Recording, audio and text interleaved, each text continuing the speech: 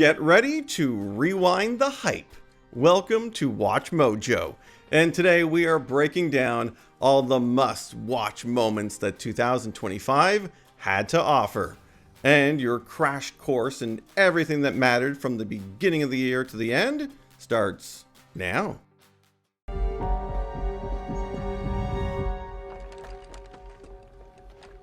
I suppose you're Marquez.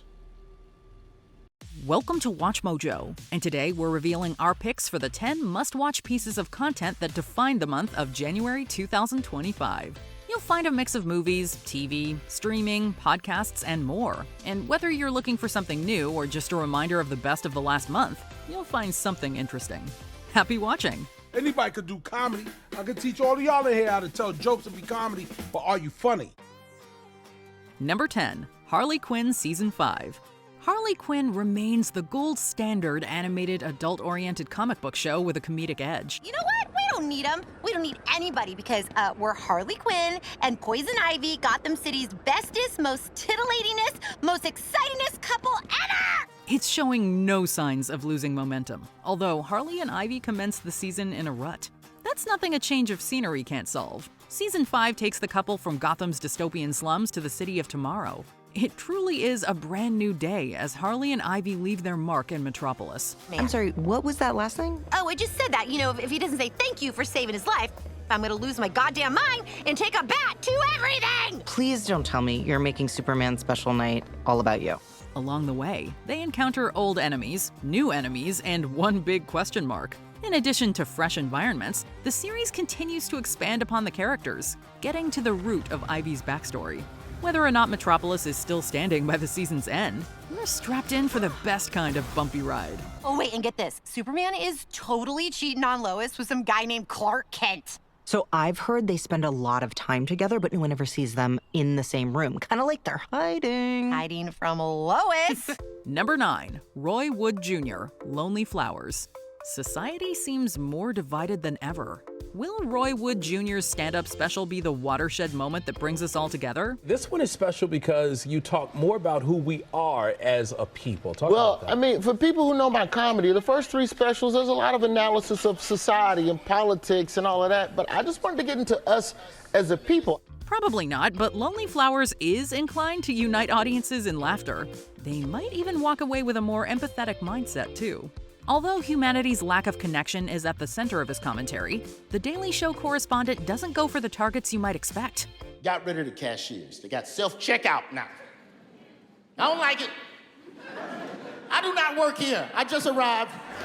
While Wood does tackle important issues like how we treat our veterans, his first Hulu special is more about rude fast food employees, even ruder gun range employees, and the folly of self-checkout lanes. Watch with a group of friends, share a few laughs, and the world is sure to seem a little less lonely. I titled the special Lonely Flowers because I feel like we as a people, we're all beautiful, but we're separated. When you put flowers together, you have a bouquet, and it's something that's beautiful.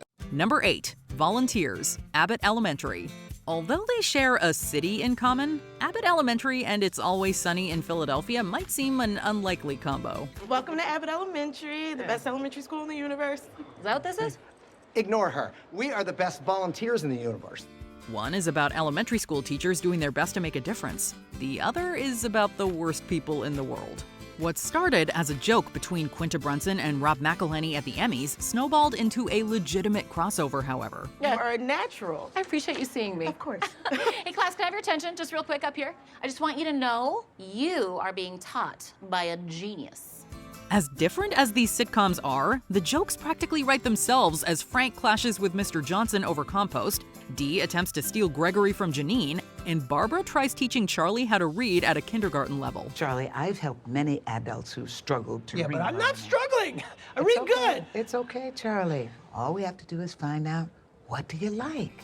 The crossover isn't over either, as a second chapter will kick off the It's Always Sunny Season 17 premiere. Number 7. One of Them Days.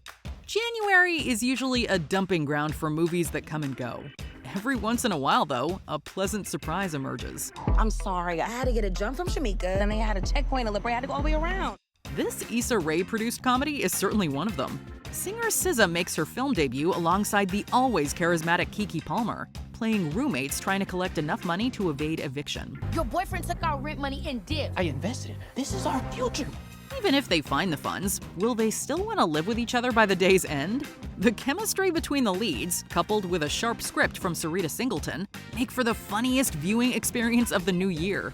Surpassing the 90% threshold on Rotten Tomatoes and opening strong at the box office, One of Them Days demonstrates why Hollywood should be making more buddy comedies for theaters. It was so much fun, very creative, the whole environment. Number 6, The Pit. More than 15 years after leaving ER, Noah Wyle returns to television as another doctor. Oh, they're always threatening to shut us down, but they never do. The Pit isn't a traditional medical drama with a case of the week, however. Structurally, this Max series is closer to 24, with each episode dedicated to another hour as a group of healthcare workers navigate their way through a lengthy shift. I can't tell you how excited I am to be here today, so... Talk to me at the end of the day. Ignore him. He had a rough night. And is having an ongoing existential crisis. Don't worry. You'll get there soon enough. The Pit captures the spontaneity of the emergency department, with the characters juggling a waiting room of patients. Occasionally, the characters are given breathing room to address their personal and professional drama.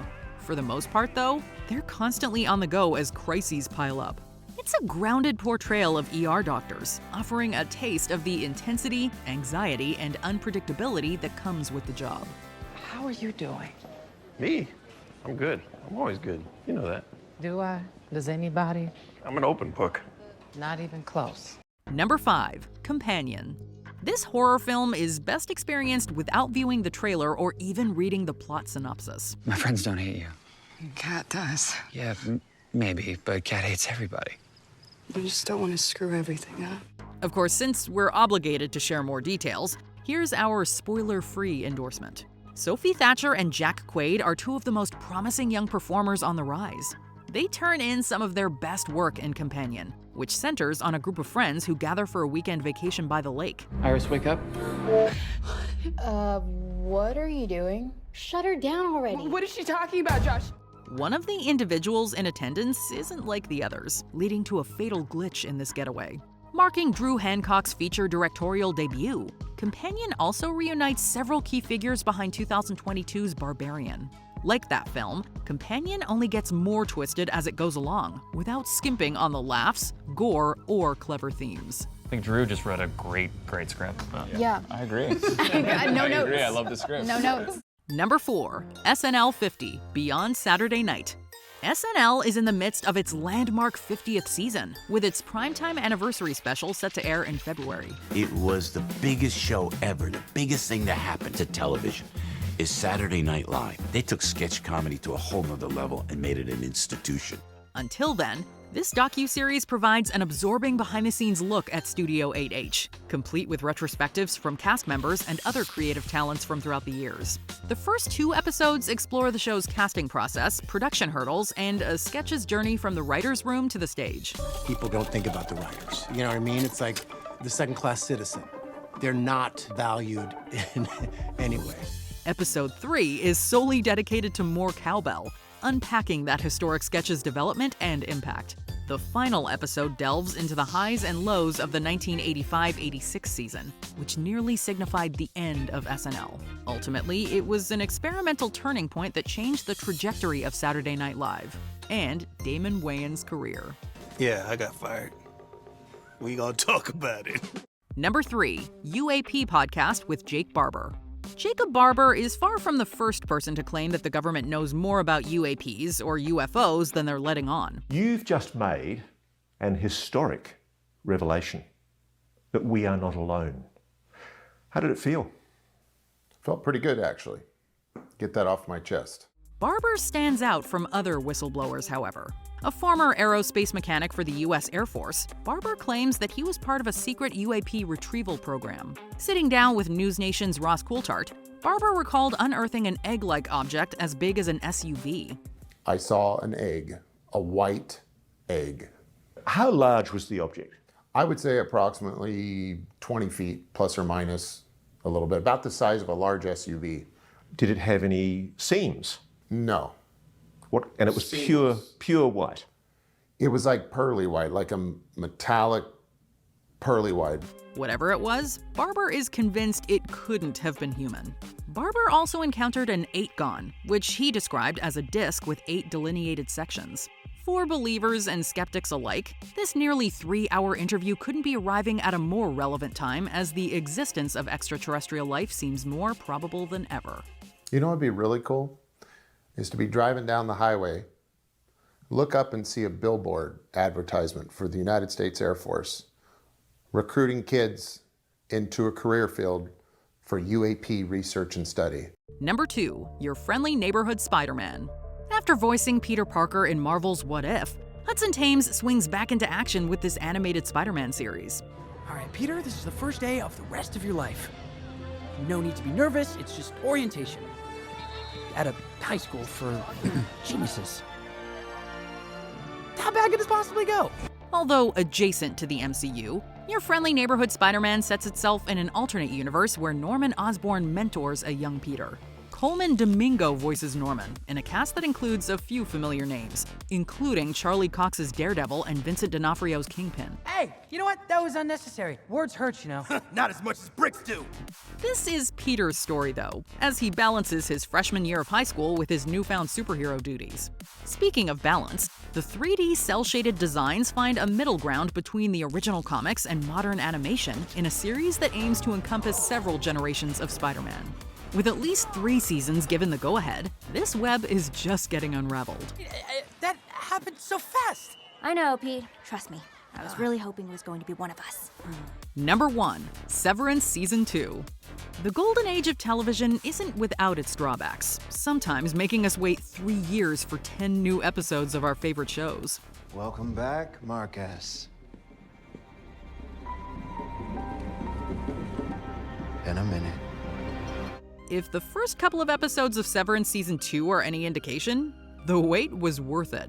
The show remains a labyrinth of mystery and mind games where the characters are rarely sure who they can trust, themselves included. The search for answers is only made more involving thanks to the layered characters, subtle humor, and ordinary environment that's somehow otherworldly. What's funny? You don't know what I did to the kitchenette yet, do you? For those who could use a recap of Season 1, we'd also suggest listening to the Severance podcast, which will be covering Season 2 on a weekly basis as well. However you watch, it's a show that will keep you coming back. By end of day, each of you will choose whether you want to remain here. Not your outies, but you. If you start work on your file, I'll assume you want to stay. If not, I'll send you to the surface. No ill will. Maybe I'll even buy you a drink at a bistro one day. Good evening, and welcome to the 50th anniversary of Saturday Night Live. Welcome to Watch Mojo, and in this installment of Must Watch, we're looking at movies, shows, podcasts, and more that defined pop culture in February 2025. But you look incredible. You look incredible. Number 10, Cobra Kai Season 6, Part 3. We were admittedly frustrated when Netflix decided to release the final season of Cobra Kai in 3 parts, spreading 15 episodes out over several months. The kids are really struggling with this tournament being ripped away. So close to the end. I know, but we need to move on. There's no other choice. This worked out surprisingly well, though, as each batch of episodes felt distinct. Act 1 was the calm before the storm. Act 2 was the storm. These final 5 episodes are a comeback story. I loved you, man. I idolized you. Every good thing about myself, strength, confidence, karate, you taught me. Which seems appropriate for this franchise. The showrunners felt the pressure of not only having to resolve 6 seasons of character development, but living up to a legacy stretching back 40 years. You wanted me to be your sensei, right? Well, the sensei knows when his student is off. So does a friend. With emotionally driven fight scenes and satisfying arcs for every major character, the ending delivered everything a fan could want other than a Jackie Chan cameo. Your time will come, Karate Kid legends. You knew Mr. Miyagi? I did not come looking for Sensei Miyagi. I came looking for you. Number 9, Carmen Christopher, live from the Windy City. You might recognize Carmen Christopher from shows like The Bear and English Teacher. This comic may be on the verge of a significant breakthrough with his stand-up special, which is available on YouTube. What's up, Chicago?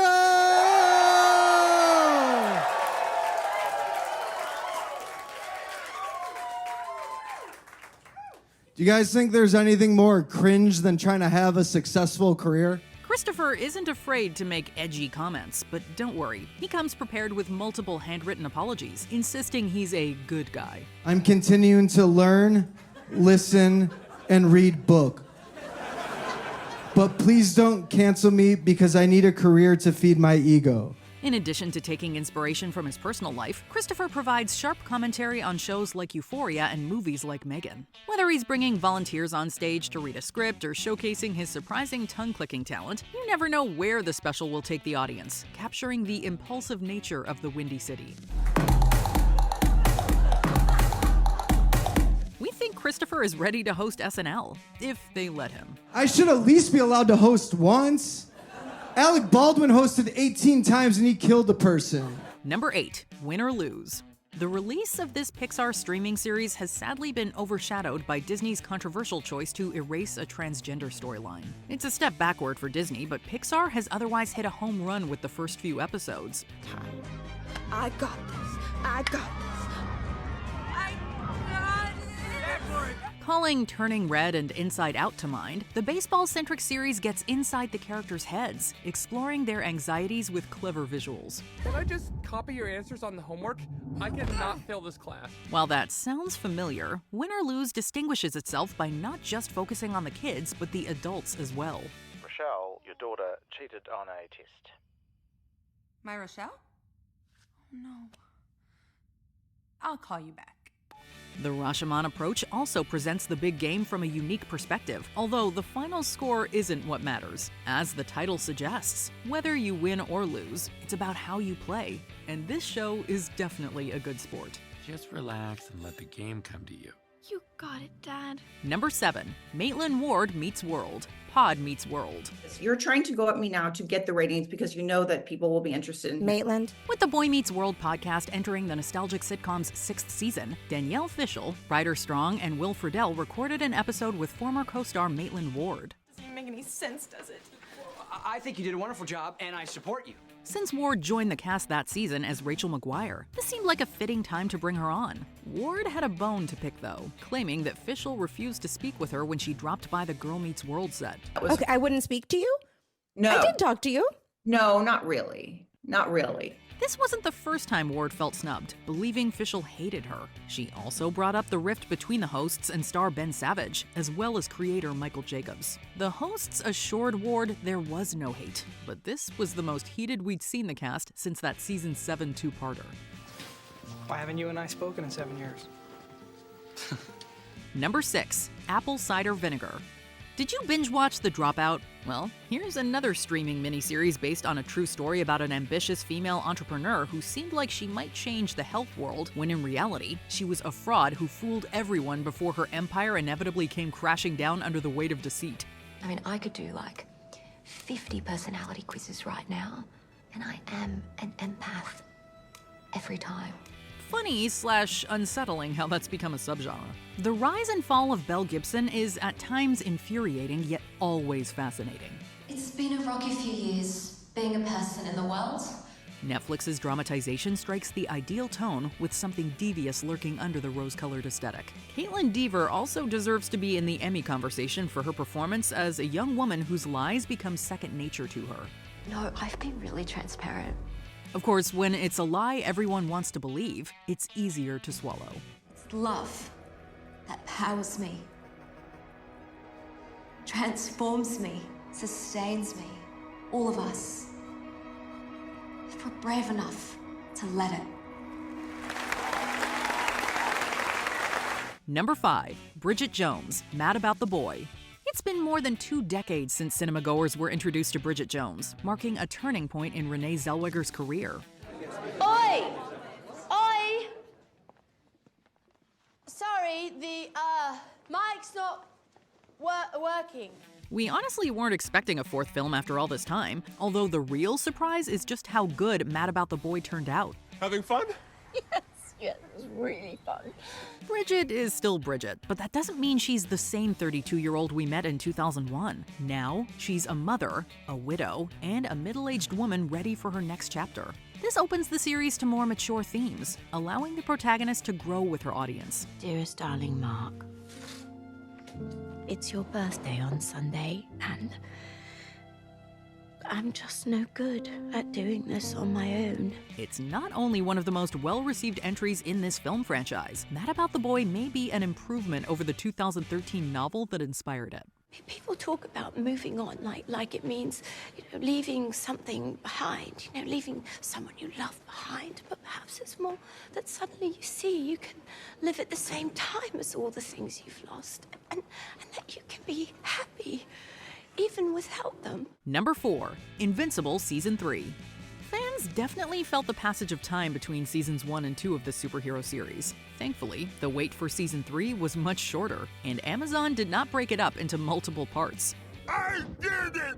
I win! I win!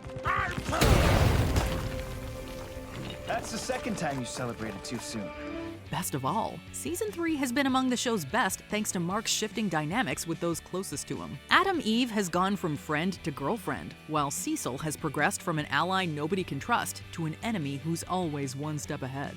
Mark, I don't want to hurt you. I'm not the one who's gonna get hurt. Even more unpredictable than Cecil is Mark's younger brother Oliver, who will put nature versus nurture to the test. The physical stakes match the psychological ones, as Mark continues to confront the hard-hitting reality of being a hero, which isn't black and white. Where would I be without you? Probably still looking for Mount Rushmore. Sounds about right. Number 3, Heart Eyes. We're only about 2 months in, but we already have a few contenders for 2025's most memorable horror movies. The Monkey had one of the strongest openings ever for Neon. Since February was the month of love, we're carving out a special place for Heart Eyes. For the past 2 years, a masked maniac known as the Heart Eyes Killer has stalked, hunted, and brutally slain couples on Valentine's Day. While films have mixed horror and romance before, Heart Eyes comes the closest to achieving a 50-50 split. Director Josh Rubin embraces the classic rom-com tropes with stars Olivia Holt and Mason Gooding making for a lovable pair. Hey, you good? When Heart Eyes wants to be a slasher, though, it puts the bloody in Bloody Valentine. For couples who adore a good horror flick with a satirical edge, Heart Eyes is a date movie that may become an annual tradition. Happy Valentine's Day. Happy V-Day! Get killed, all right? What was... Why would he say that? Number 2, The White Lotus Season 3. The scenery has changed again, this time taking us to the ravishing backdrop of Thailand. I grew up in Hawaii. It's actually really similar. Except there's no monkeys in Hawaii. The cast is also different, save a couple of familiar faces like Natasha Rothwell's Belinda. I think the universe knew I needed something. No matter the locale or guest list, there's no such thing as a peaceful stay at the White Lotus. There's bound to be baggage involving struggling marriages, gossip behind everybody's back, and at least one person dying. Yet we'd still totally visit a White Lotus resort if the brand was real and we had a ridiculous amount of money. The store here has some really cute stuff. Do you want to come with me? Yeah. For the sake of our wallets and general well-being, we're probably better off just watching the exploits of the All-Star Ensemble, which welcomes Carrie Coon, Walton Goggins, Jason Isaacs, and too many others to list here.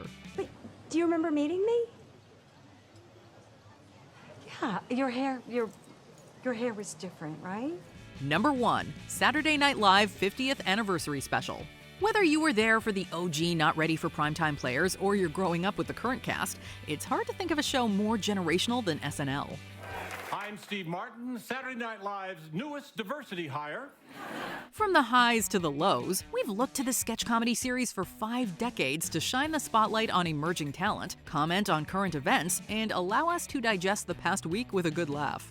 SNL's first major cast change was in season 2 when Chevy Chase left the show and was replaced by Kenan Thompson. SNL 50 epitomized why the show still matters, highlighting the careers it launched and the sketches that immortalized them in the comedy scene. While YouTube has changed how many absorb the show, SNL 50 was an event fans needed to experience live, keeping the tradition going. 50 years of your sketch killing at read-through. then finding out they didn't pick it because the host didn't want to take off his shirt. Also, was this seriously Meryl Streep's first time on SNL?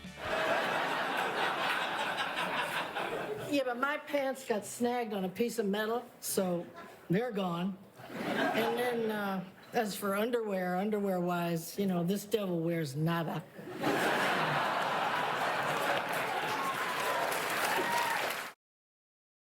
Hot chocolate. Sprinkles. Lots of them. Welcome to Watch Mojo, and in this installment of Must Watch, we're looking at movies, shows, podcasts, and more that defined pop culture in March 2025. One at a time is twice the fun. Number 10, The Residence. You had us at Murder Mystery, but The Residence has several other unique elements that'll make it irresistible for whodunit fans. What the hell is going on? There's been an incident. An incident? Yes. What kind of incident? For starters, this one is set in the White House. We're kind of surprised more murder mysteries haven't used 1600 Pennsylvania Avenue as a backdrop. While the locale is the hook, the secret weapon behind this Shondaland series is star Uzo Aduba. The Emmy-winning actress never seems to play the same character twice. How do you want to do this? Right. Yes. Okay, I'll ask the questions. You don't talk. If you feel like you have something you really want to say, try to make that feeling go away. If at any point you want to leave the room for any reason, please do. Cordelia Cupp stands out as one of her most memorable roles in an all-star ensemble that includes Giancarlo Esposito, Randall Park, Jane Curtin, and many more. Yeah, you know. The mystery at its core is full of twists and turns. Although the real lingering question is when Netflix might give us a second season. And look, I'm just the detective, but I think this is really worth believing in. Number 9, Black Bag. Steven Soderbergh continues his reliable run with Black Bag, an espionage thriller with a marriage at its heart. I would do anything for you. Would you? Kate Blanchett and Michael Fassbender play the central couple, with the latter suspecting his wife of being involved in a conspiracy. With several other suspects on his radar, the film might sound like a game of cat and mouse. It's more like fishing, which Fassbender does more than once here. What's on the menu? Fun and games. Black Bag takes its time unfolding, focusing more on character than set pieces. There's more dialogue than action, but the film rewards our patience as the tension builds. Once our protagonist gets a bite in one of the best final acts of the year so far, the outcome is as satisfying as catching a big fish. Would you kill for me, George? Would you?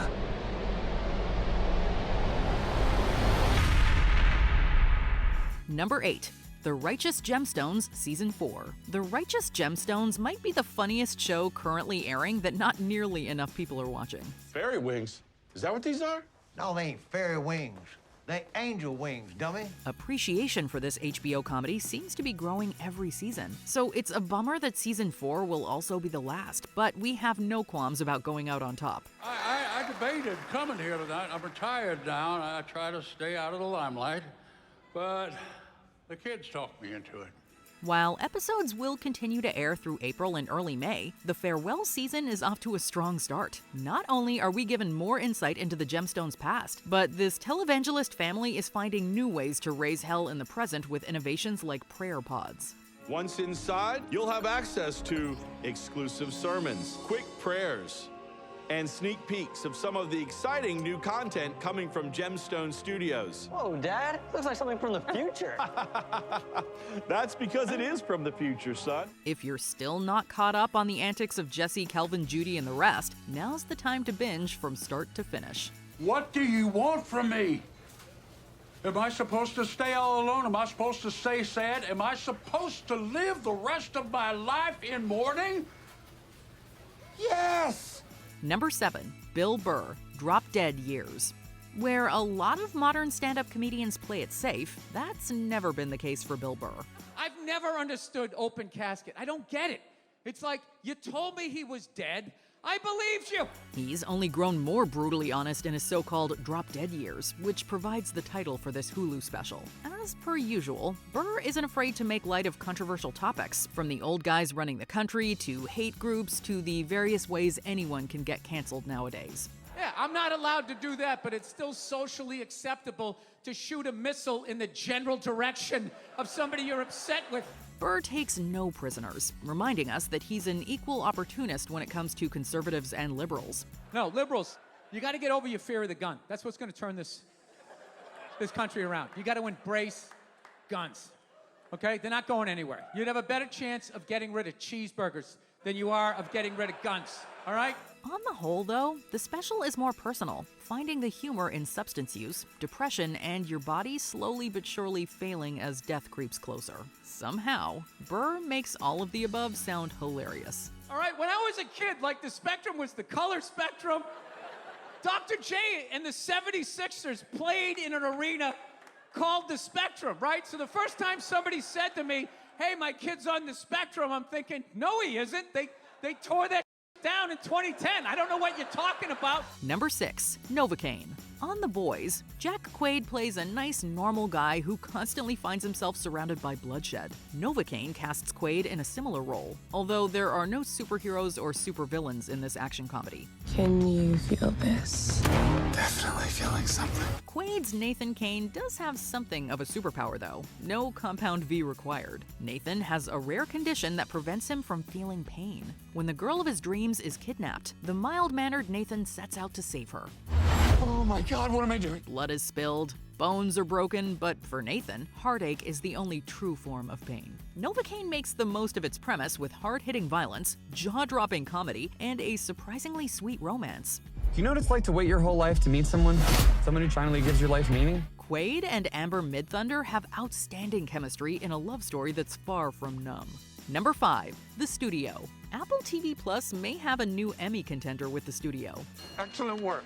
Excellent work, man. Good job. I don't know, man. Am I spitting too much? Is it too spitty? No, hell no. It's just like excellent spit. While only a couple of episodes have been released, what we've seen so far is every bit as hysterical as Seth Rogen and Evan Goldberg's past works. Rogen also stars in the series, playing a fresh-faced studio head who realizes creating great art and making money do not always go hand in hand. I am very close to closing on the deal to get the rights to Kool-Aid.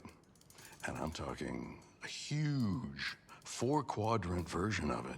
Kool-Aid. Kool-Aid.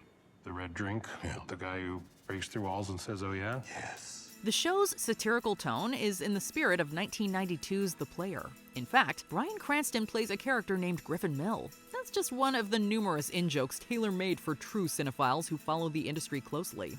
Okay, so what do you want to call the movie? Kool-Aid.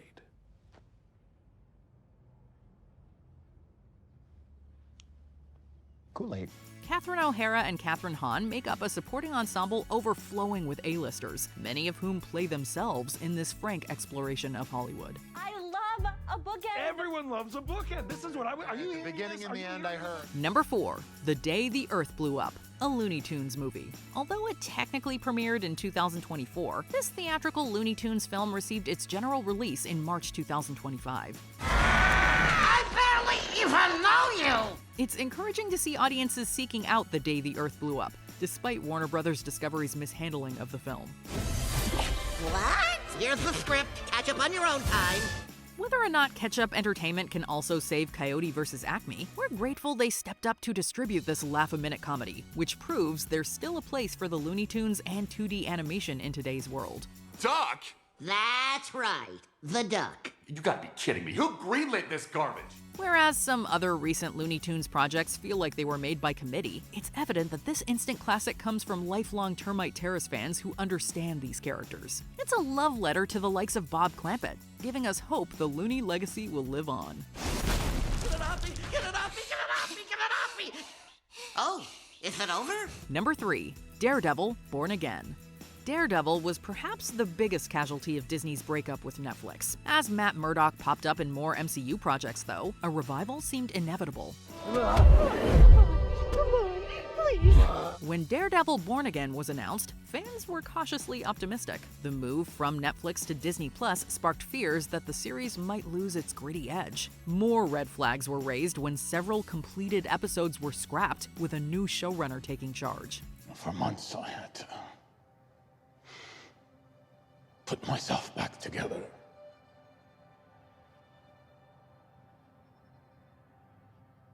And as I did, two things shone bright and clear. inside me. Thankfully, Daredevil Born Again establishes from its opening scene that the show is in good hands, taking Murdoch to even darker places. What are you gonna do about Daredevil? I made a promise to myself that I'd let the system handle it. All of it. Besides, I'm not him anymore. And I won't let myself be. As Murdoch finds himself at his lowest, Wilson Fisk is on top of the world in a continuation that ups the stakes while integrating these characters into the larger MCU without overshadowing the central rivalry. So if you say to me that you're a new man, I say fine. But you should know I was also raised to believe in retribution. So if you step out of line, I will be there. Number 2, Mickey 17. Speaking of Born Again, we don't know how many more times Oscar winner Bong Joon-ho will get to helm a $100 million plus production for a major Hollywood studio, especially since Mickey 17 hasn't exactly been a financial hit for Warner Brothers. Imagine there's an unknown virus in the air, and you're sucking in every single microscopic particle floating around. Regardless, Bong has made a film that's bound to gain a passionate following thanks to its fascinating ideas, surreal humor, and Robert Pattinson in what might be his most unhinged performance yet. Every time I died, they just printed me out again. Everyone asks, what's it feel like to die? Make that performances, as Mickey 17 has more than one Pattinson to go around. Multiple. Like Mickey, the film has the potential to find life after death. Whereas Mickey can be repeatedly reprinted, though, this sci-fi satire is the breath of fresh air that comes but once in a blue moon. Afraid to die. This time I wasn't scared. Number 1, Snow White. Mirror, mirror on the wall, who's the fairest of them all? Something else. I frighten you. Number 1, Adolescence. Like Baby Reindeer, this British miniseries has been an organic hit for Netflix, seemingly becoming an overnight sensation without much fanfare going in. I'm arresting you on suspicion of murder. You do not have to say anything, but it may harm your defense if you do not mention one Dad, question. I haven't done Something anything. which you... Also like Baby Reindeer, Adolescence will leave you emotionally gutted. The story revolves around a family torn apart when the youngest member is accused of murder. No matter what's happened, no matter what you've done or you haven't done, I want you to tell me the truth. As devastating and difficult as the subject matter is, Adolescence is arresting from its opening shot. Each episode was executed in one take, with Matthew Lewis pulling off an extraordinary feat of cinematography. Come here! Ryan! Stop running! Stop me! All right. Hey, hey, hey!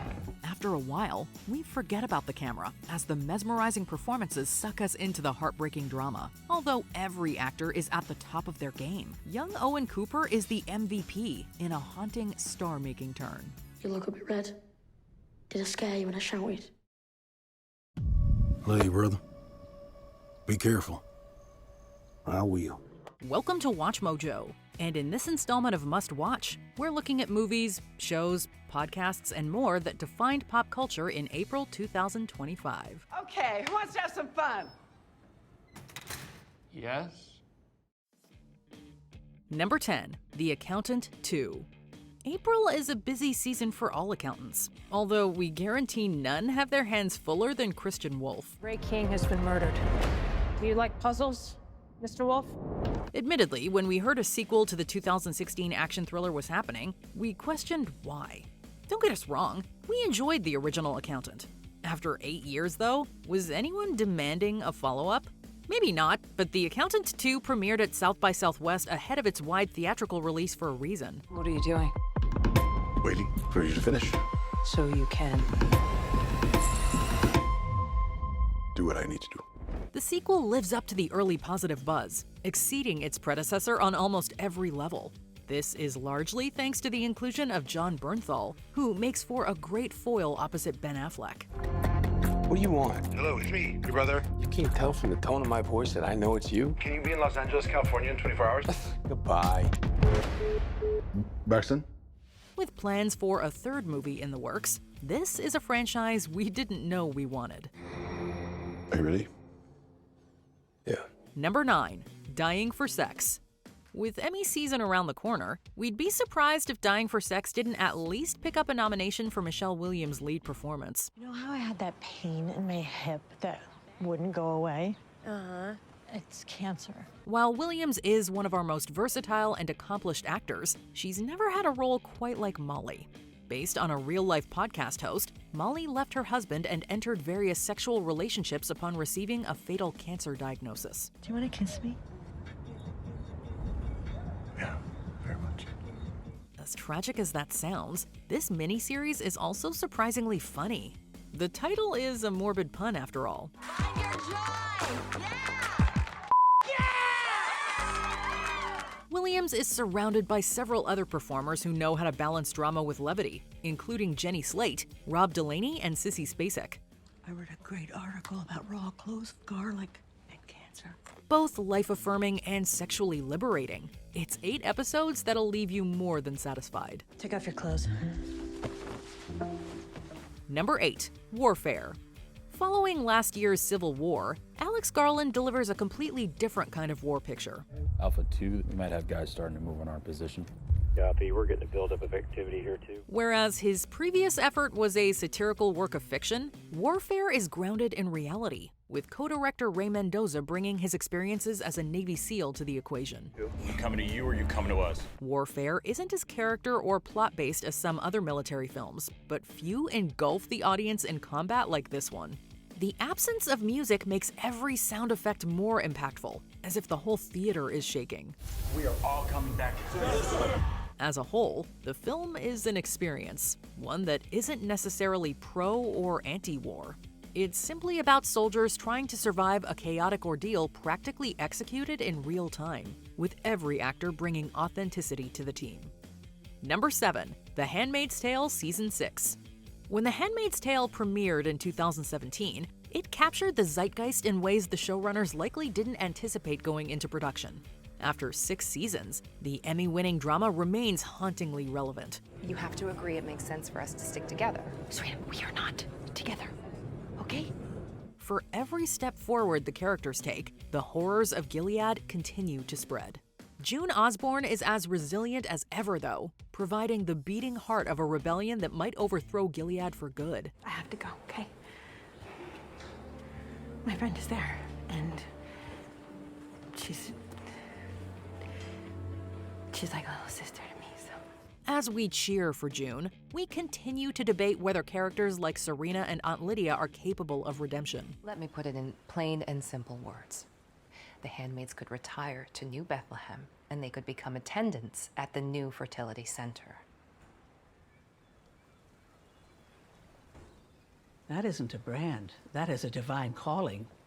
With a sequel series in the works, we're not expecting this final season to wrap up everything in a tidy package. Yet this beginning of the end has laid the groundwork for what promises to be a major television event. But we gotta try.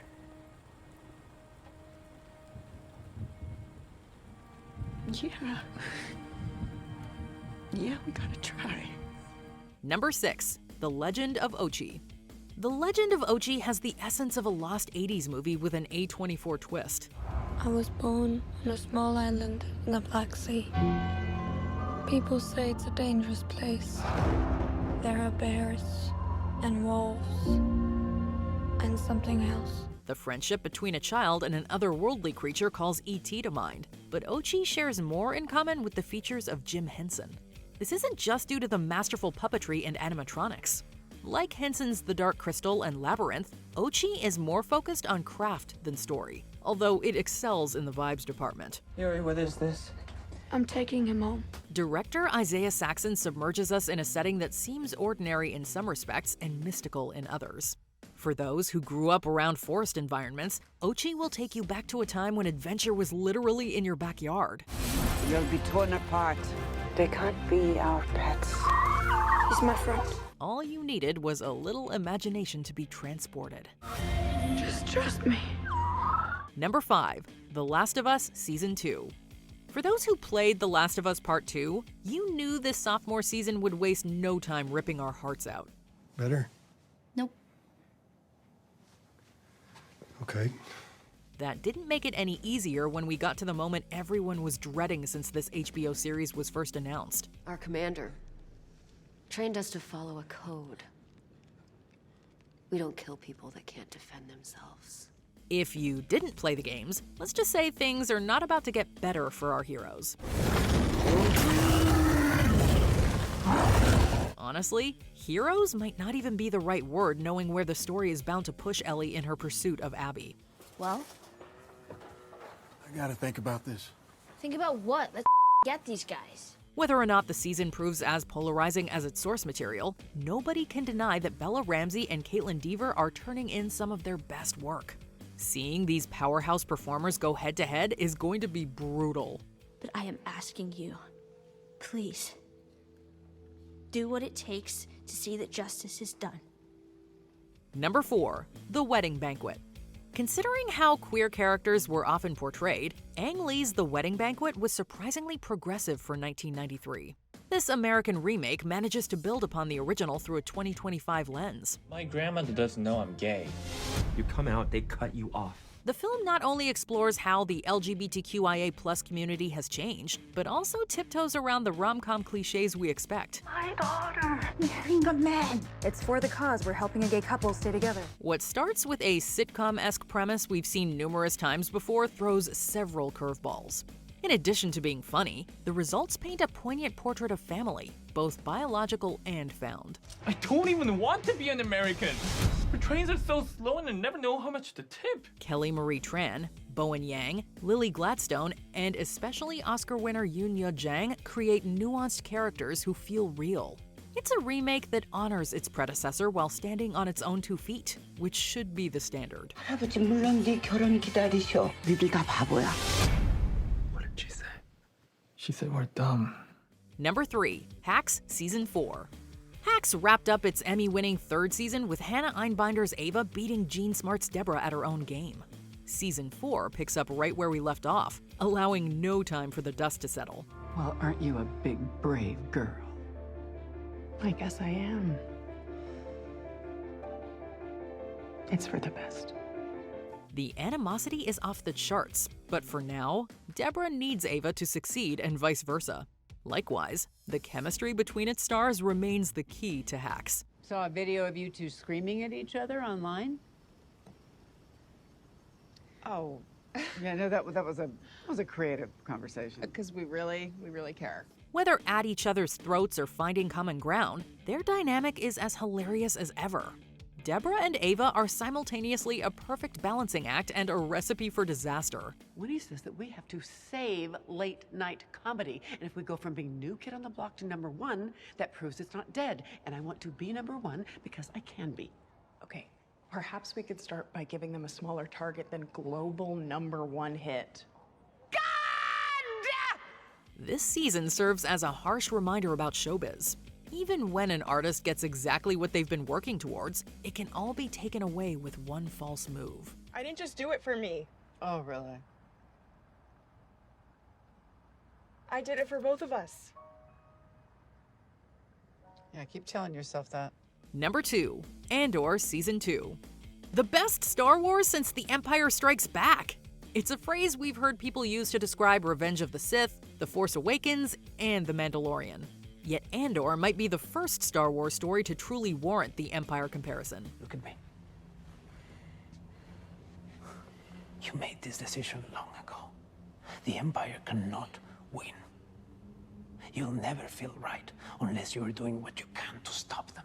Like Empire, the first season of Andor brought the franchise to a more adult frontier. Season 2 takes matters a step further, going to places we honestly didn't expect Disney to touch. We're stealing an Imperial test chip. For who? Who are you with? I'm not telling you that. Who told you? Yeah, well, you should be more careful. It never feels like the showrunners are forcing in these darker elements, however. The show has taken its time establishing a mature tone, earning these moments. You must be awfully desperate. If you could see what you look like, you wouldn't say that. Cassian Andor's story is coming to an end, but hopefully Tony Gilroy's journey in a galaxy far, far away is just taking off. What happened? We need to go. We need Russell.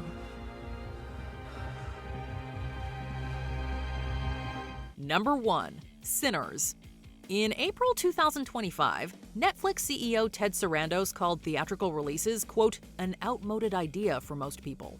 To that, we have one word: sinners. I've been all over this world. I seen men die. To elaborate, Ryan Coogler's period horror picture has already exceeded financial forecasts, having the biggest opening for an original movie in over 5 years. I ain't ever seen no demons, no ghosts, no magic. Till now. In addition to being a victory for the Cineplex, Sinners proves that the theatrical experience's survival isn't solely reliant on IP. In an era dominated by brand awareness, word of mouth can still attract ticket buyers. Let me in, man. With so many so-called sure things underperforming recently, Sinners is a sign that audiences are thirsty for something fresh to sink their teeth into. Some may wait for streaming, but to miss this film on the big screen would be a sin.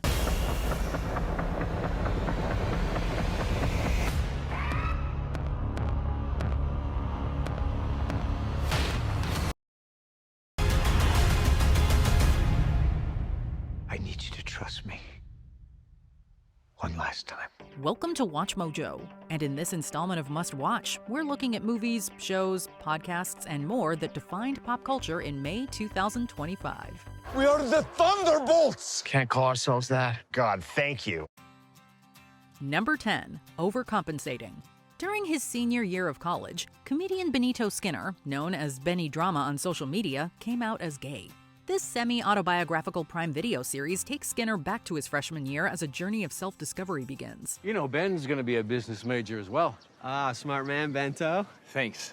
I love business. He loves business. Having been valedictorian, homecoming king, and a football star in high school, Benny enters college with his future mapped out. This path isn't true to who Benny is, though, inspiring him to improvise a new one. Accompanying Benny is Wally Barham's Carmen, who's similarly trying to figure herself out. No, I'm not that girl. I'm like you guys. I'm this girl. What? Hey. While in the tradition of raunchy college comedies, Overcompensating is a thoughtful coming-of-age story that challenges the notion of perfection. In reality, those who have seemingly achieved perceived perfection are often the ones holding themselves back. Do it! Make a choice! Number 9. Mike Birbiglia, The Good Life. Life is full of difficult questions. Mike Birbiglia doesn't have all the answers, but he comes bearing humorous anecdotes. And she goes, Dad, what's the good life? And I was like, I don't even know. In the comedian's latest Netflix special, Birbiglia reflects on his father, becoming a parent himself, and where the two intersect. 1 minute, Birbiglia reflects on a stroke that his dad endured, leaving the audience dead silent. The next, Birbiglia somehow manages to find humor in this personal tragedy. And that's when I realized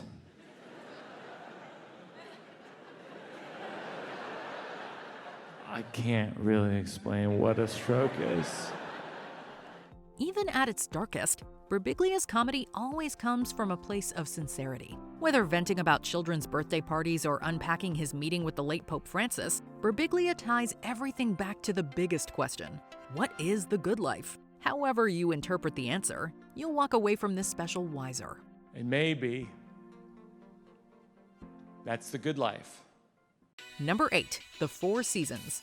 You don't need to see the original 1981 film to follow this Netflix series, although those who have are more inclined to understand the Ellen Alda cameo. You were together for a long time. 67 wonderful years. He's far from the only familiar face in an ensemble piece that allows Coleman Domingo to explore his comedic side, while Tina Fey and Will Forte stretch their dramatic muscles. Steve Carell, who has been juggling comedy and drama for much of his career, again balances both as a man prepared to leave his wife of 25 years. Yeah, everyone looks kind of exhausted. I think that's just the way they look. This shakes up his friend group over the next year as the other couples begin to examine their own marriages. Some relationships last, others don't, but friendship bonds these people even during the worst times. This feels really good. This feels really, really good. Number 7. Friendship. Speaking of friendship, what if we told you that Tim Robinson and Paul Rudd made a buddy picture from A24? Hi. Howdy. The results are every bit as bizarre as Robinson's fans would hope. Those who've seen I Think You Should Leave know that Robinson has a reputation for pushing uncomfortable comedy to levels we didn't know existed. Writer-director Andrew DeYoung's first feature, which premiered at the Toronto International Film Festival last September, is in sync with Robinson's brand of cringeworthy humor. There's a new Marvel out that's supposed to be nuts. We should go see that. Of course, nothing else is in sync, as Robinson's character confronts a world gone mad. Or maybe he's the one going insane. Either way, friendship had us laughing ourselves silly. If the person sitting next to you laughs along, then they've passed the friendship test. I don't wish to continue this friendship at the moment. Number 6, Big Mouth, Season 8. One day, you're navigating the awkward moments that puberty springs upon you.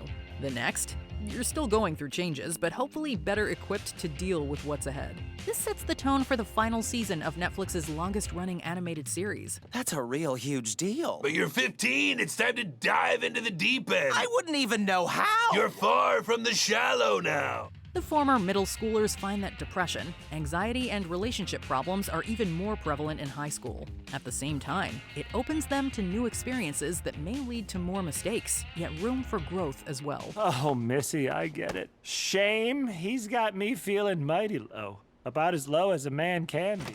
The future may be uncertain, but since there's nowhere to run, it's better to face that blank horizon with a friend by your side. Big Mouth has been a true friend, telling us everything about sex that our parents and teachers were too afraid to. Okay, I know it sounds crazy, but I'm really thinking we should just walk out there and embrace it. But the future's gonna suck. Number 5, Bring Her Back.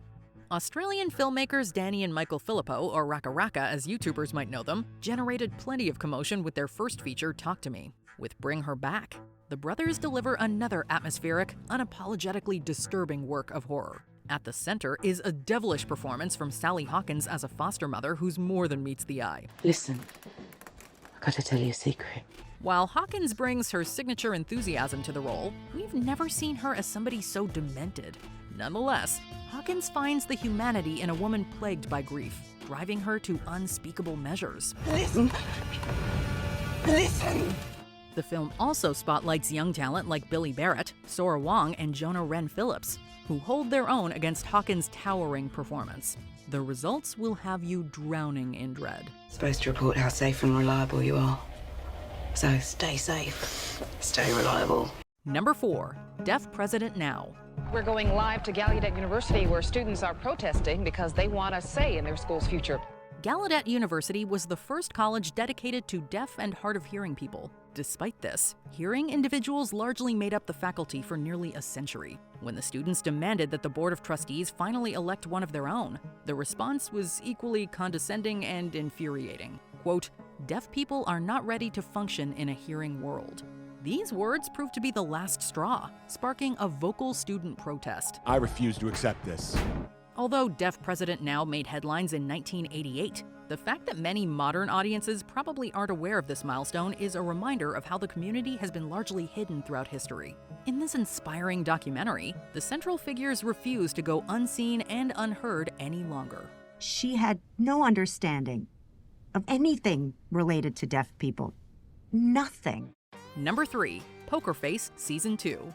The first half of this crime comedy's second season sticks to the proven How Catch 'em formula, as Natasha Lyonne's Charlie encounters a slew of suspicious guest stars, including Cynthia Erivo, Giancarlo Esposito, and John Mulaney. Being a Rian Johnson production, though, Poker Face isn't afraid to subvert expectations either. That is smart. People say rules are meant to be broken, but a lot of those people are in federal prison. The shifting settings and revolving door of characters throw a few curveballs, some quite literal. One of the overarching plot threads also reaches a crucial turning point early in the season, leaving Charlie and the audience to question, so what's next? For now, Charlie is doing what she does best, befriending strangers and unraveling murder mysteries that she just kind of stumbles upon. Oh, wow. Super cool. That's a new grill, huh? Is it solid gold? Like Columbo, Charlie Cale is a character we simply enjoy watching. That's not BS. Look, it's no big deal, but at least like 60% of what your secret sister out there is saying is like total bullshit. Number 2, Final Destination Bloodlines. Some franchises never die, even when the word final is in the title. After nearly a decade and a half, Final Destination returned with a vengeance. Death is coming for our family. Bloodlines not only quickly became the series' highest-grossing entry, but the best reviewed as well. The Rube Goldberg-esque deaths haven't lost their over-the-top touch as another group attempts to break the cycle. The film builds upon the franchise's mythology, finally providing more insight into the mysterious William Bloodworth, played by the late Tony Todd. It's sad to think this is one of Todd's last roles. Given the nature of this franchise, though, it's a poetic final bow for one of the greats. With or without Todd, we have a feeling Final Destination is far from finished. Good luck. Number 1. Thunderbolts. From one long-lasting franchise to another. In the opening of Thunderbolts, Yelena Belova sums up how we felt about the MCU for a while now. Ever since Endgame, there's been an empty void in this ongoing saga. Maybe there's something wrong with us, the audience, or maybe we're just bored. Or maybe I'm just bored. Yelena wasn't expecting a ragtag group of fellow rejects to reinvigorate her life. Just as the Thunderbolts give each other a new purpose, this film has restored many fans' interest in the MCU. We can find a way. Together.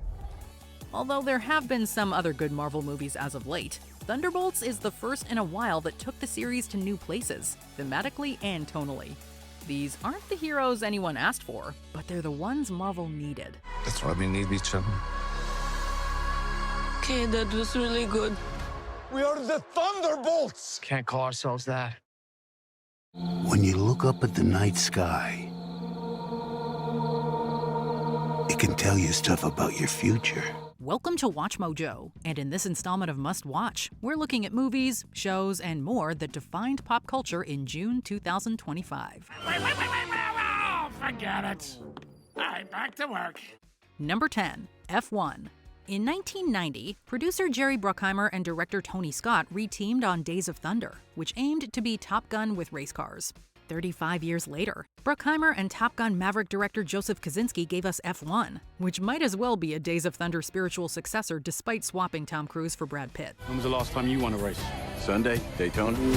Oh, I'm sorry. I meant Formula One. Oh, I'm sorry. Then same as you. Just as Maverick improved upon its predecessor, F1 drives circles around Days of Thunder. Not just in terms of characters, telling a familiar yet engrossing story about an aging driver proving there's still gas in his tank, but on a technical level as well. Did you win something? There's 20 other drivers still out on that track. Do you think any of them respect us? Just as Maverick made audiences feel like they were in the cockpit, F1 puts us behind the wheel, going over 100 miles per hour without hitting the brakes. I'm offering you an open seat in Formula One. The only place you could say, if you win, you are the absolute best in the world. Number 9. Atsuko Okatsuka, Father. You like dad jokes? Well, Atsuko Okatsuka has a few in her Hulu special.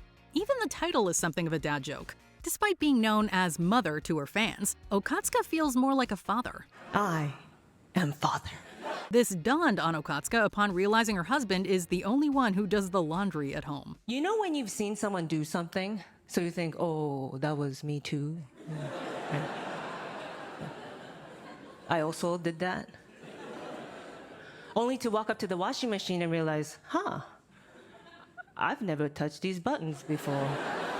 Okatsuka also talks about her own father, whom she didn't see much of growing up. You see, her mother and grandmother kind of kidnapped her when they immigrated to the US. We were a girl gang, and my grandma was the leader. She was the matriarch, and she called some wild shots. Like, she convinced my dad, who had full custody of me in Japan, to let her take me on a 2-month vacation to Los Angeles. So he let her, and then she never took me back. Yeah. She's since reconnected with her father, finding humor in the whole experience. Okatsuka might not know how to work a washing machine, but if you need a second for a tandem bike, expect to laugh along the way. You know what? You guys ask me, what makes a joke a dad joke anyway? Go. What makes a joke a dad joke anyway? Oh. I guess it's when it becomes apparent. Number 8. How to Train Your Dragon. Of all the live-action remakes of animated classics we've gotten this year, honestly maybe the past several years, How to Train Your Dragon was easily the best. These beasts are a threat to all of our lands. Perhaps that's because DreamWorks brought back one of the 2010 film's directors, Dean DeBlois, who also helmed the 2 sequels. Unlike most of Disney's remakes, there's an evident admiration for and understanding of the source material. I have to kill you. I will, because I'm a Viking. Hear that? I'm a Viking! Some might argue it's too faithful, as this is basically the same story. Regardless, it's still a timeless tale. Maybe they're not as bad as we think they are. In case you forgot, our parents' war is about to become ours. Figure out which side you're on. While telling it in live action isn't an improvement per se, there is value in seeing Burke brought to life with immersive set pieces and state-of-the-art effects. Not to mention strong performances from Mason Thames, Nico Parker, and Jared Butler. Here it comes! Number 7. The Gilded Age Season 3. Like Julian Fellowes' previous series Downton Abbey, The Gilded Age centers on high society at the crossroads of change. And you have a nice house, money, you're invited everywhere. What more is there? As one generation dwells on keeping up appearances and preserving tradition, the next is more focused on that silly thing they call love. My goal was to be a good wife and mother, but I suppose young women don't want that anymore. Oh, I want to be a good wife and mother who has the vote. As some relationships bloom, others crumble. Although divorce is easier said than done during this period, no matter how rich you are. Season 3 will tackle other social issues such as prejudice, the right to vote, and the temperance movement. There's no logic in this at all. Society is not known for its logic. It isn't just society as a whole that's headed for change. With the widowed Ada now possessing a majority of the wealth, Agnes's position as head of the household is jeopardized in an era of progress that, like a locomotive, keeps moving forward. Alcohol is the scourge of many families, and I want to support causes that are close to my heart as a way to honor Luke's memory. You think invoking your late husband's name will silence me? It won't. Number 6. 28 years later. 23 years later, director Danny Boyle and writer Alex Garland returned to the franchise that arguably set a new standard for every piece of zombie media that followed. 7, 6, 11, 5, 9 and 20 miles today, 4, 11, 17, 32 the day before. Boot, boot, boot, boot. The world is still essentially as we left it, with the rage virus showing no signs of slowing down. Men go mad with watching them. Yet 28 years later is about to change as a preteen copes with his mother's declining health, searching for a cure against a hopeless backdrop. Jodie Comer gives one of her most transformative performances, while Ralph Fiennes plays a cryptic character right out of Apocalypse Now. Post-Apocalypse Now, if you will. There are many kinds of death. On the whole, the film belongs to young Alfie Williams' Spike, who comes of age as the infected continue to evolve. This is a glorious day. The day of judgment. My children! Number 5. Elio.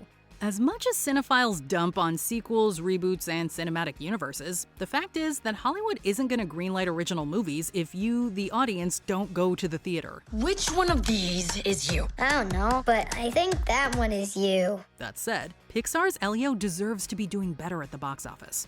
What seems like a straightforward story about a misfit boy befriending aliens is a much more poignant meditation on loss, family, and finding your place in the universe. We search the universe For the dreamers and stargazers like you. This is awesome! Maybe these themes were not properly conveyed in the advertising, or maybe the film's very existence eluded you. Either way, we can only hope Elio can pull an Elemental, slowly but surely finding a following. Just as the titular Elio ventures where no human has gone before, we encourage viewers to embrace the unknown. These are the lava tunnels. Gordon, I am not fireproof! Why didn't you say something? Gordon! Just get in my mouth. Number 4. Predator, Killer of Killers. Let's shift gears with a completely different animated film that's not for the whole family.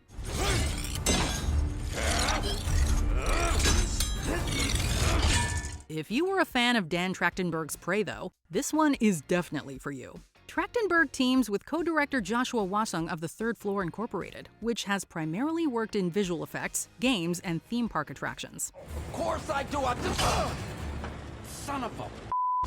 Predator: Killer of Killers marks the company's first animated feature, telling a collection of century-spanning stories with the Predators providing a common link.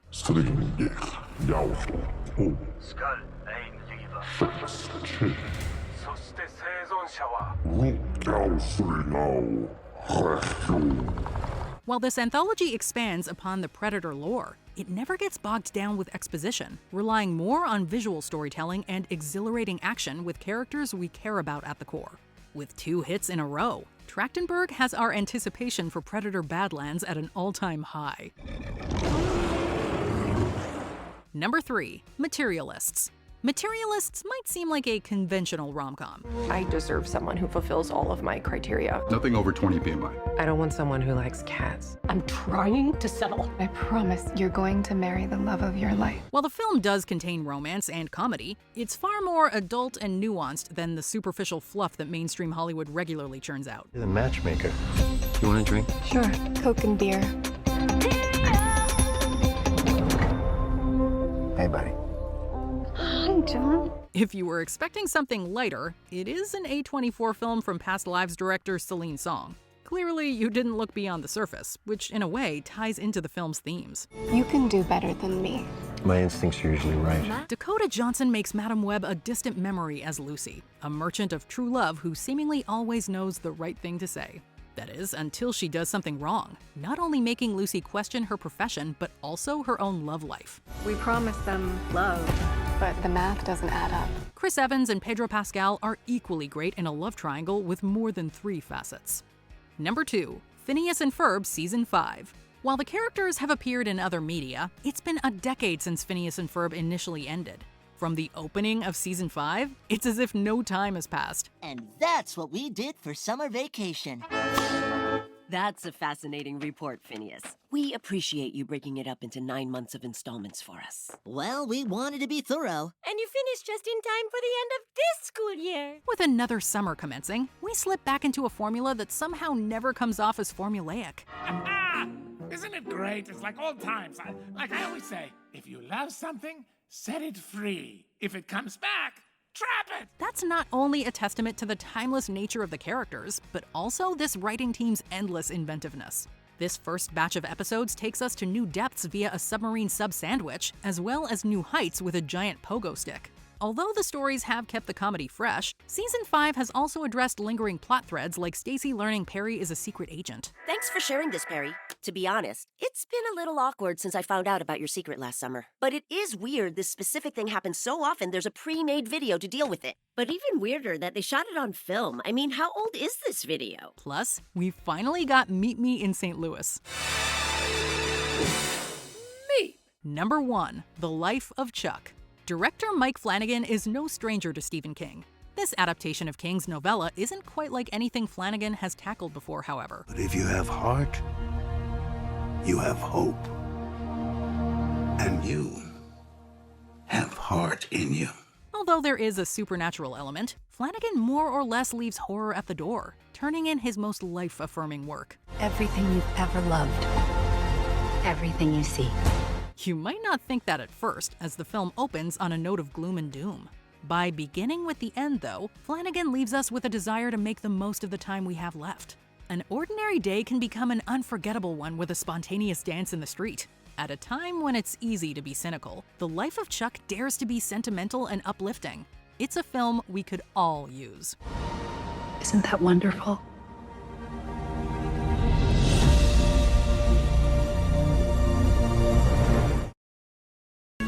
My name is Happy Gilmore. 30 years ago, I decided to give golf a try. Welcome to Watch Mojo, and in this installment of Must Watch, we're looking at movies, shows, and more that defined pop culture in July 2025. You have a dog?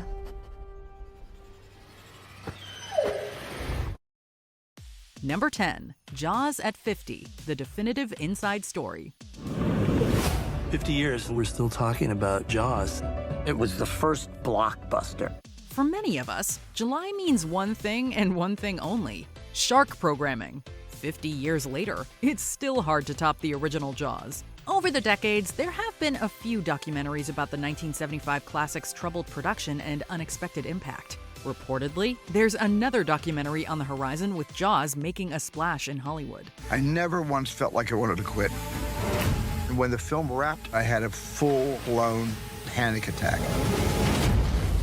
National Geographic beat that doc to release, though, with Jaws at 50. Dubbing itself the definitive inside story, this documentary stands out with a first-hand account from Steven Spielberg. Several others share their insight into how Jaws shaped a generation and is still influencing the industry. There have been movies made since using CG sharks that aren't nearly as good.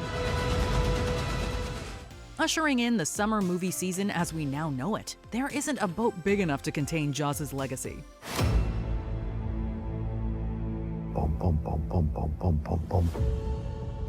Number 9, The Sandman Season 2.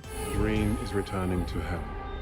Lord Morpheus comes to us in a futile attempt to free one he loves from our domain. Speaking of legacy, recent allegations against author Neil Gaiman have called his into question. Some might attribute the Sandman ending to the controversy surrounding Gaiman, although Season 2 was reportedly always intended to be the last. You've been down much farther than this in the past, and you've come back.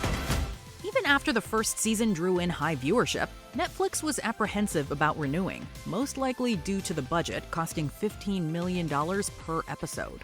The money is again on the screen in Season 2, which was split into dual volumes followed by a special.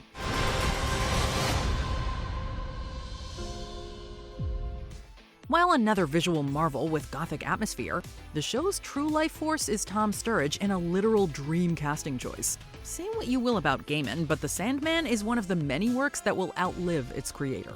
The dreaming will survive. Even if I do not. Number 8, Dandadan Season 2. Even by anime standards, Dandadan is pretty balls to the wall.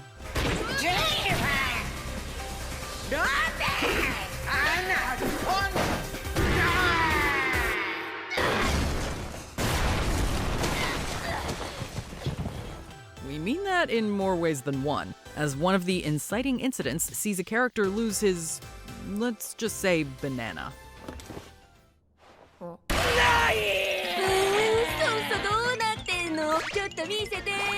As bonkers as the story gets, this Crunchyroll anime award-winning series is a surprisingly sweet coming-of-age story centered on the nerdy Okarun and the often scantily clad Momo.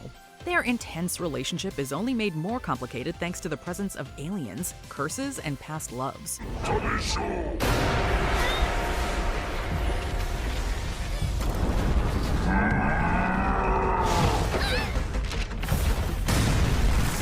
Season 2 piles onto the insanity with a sacrificial family, a giant snake worm, and a spirit named Evil Eye.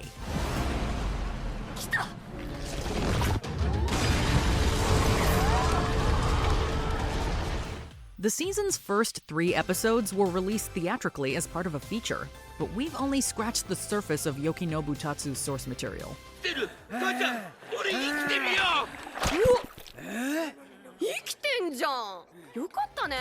Number 7, Billy Joel, and So It Goes. I wanted to put together a group of New York musicians. They were a bunch of hooligans from Long Island. Earlier this year, the music world was saddened to learn that Billy Joel would be canceling his upcoming performances after being diagnosed with normal pressure hydrocephalus, a brain disorder. The news coincided with the release of Billy Joel and So It Goes. As we see in the 2-part documentary, this isn't the first time that Joel has fought for his life. I've had a lot of hard lessons in my life. I should have been worth this, and I was worth this. And I hit the pavement. Kaboom! I was amazed that I was still alive. In addition to exploring the deeper meanings behind hits like Piano Man and Uptown Girl, his life story dives into the financial, marital, and mental health struggles that Joel faced. The film isn't told from Joel's perspective, but those who know him intimately. For every critic who once wrote off Joel, you'll find that the man and his music are far more complex. I think music saved my life. It gave me a reason to live. I don't care what you say anymore, this is my life. Number 6, Eddington. Can we just talk? Can just the two of us? We are. Guys, movies set in 2020 can now be considered period pieces. Ari Aster's Eddington takes us back to the early days of the pandemic as people declare war over masks, conspiracy theories poison social media, and authority figures who should be keeping the peace instead add gasoline to the fire. These are your streets. No, they're your streets to keep safe. You know how death works, yeah. For its first 2 acts, Eddington is an accurate time capsule of what many of us endured. The final act is where the director of Hereditary and Midsommar shows his truly twisted side. With the world still divided, Eddington is bound to infuriate audiences for different reasons, but we can all agree on one thing. When we reevaluate the evolving COVID subgenre years from now, Eddington will most certainly be a talking point. We are in a fight against evil. Number 5, Dexter Resurrection.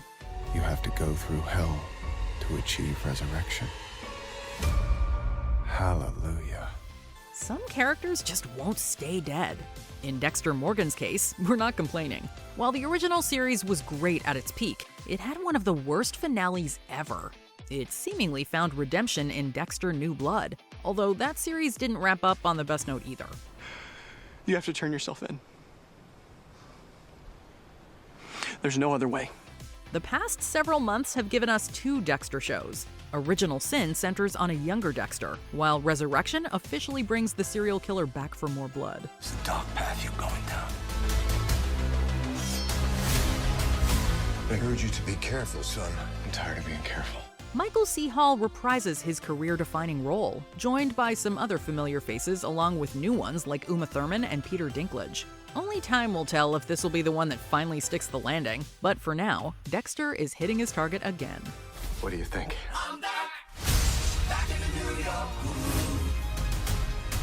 Number 4, It's Always Sunny in Philadelphia Season 17. The gang dropped by Abbott Elementary last January. Turns out these clowns were up to a lot more than we knew. Welcome to Abbott Elementary, the best elementary school in the universe. What's the deal with all the cameras? We have like a Vanderpump thing going on. Don't worry about it. No. I think I'll be spending my time on the other side of the camera. Thank you very much. The It's Always Sunny season premiere gave us the second half of that crossover, complete with footage too profanity-laced for ABC's censors. From there, the Patty's Pub proprietors get back to their usual antics, by which we mean criminal and morally bankrupt activity. Yeah, so at one point, I was misled into believing they were shooting an educational video in the vein of Billy Joel's We Didn't Start the Fire.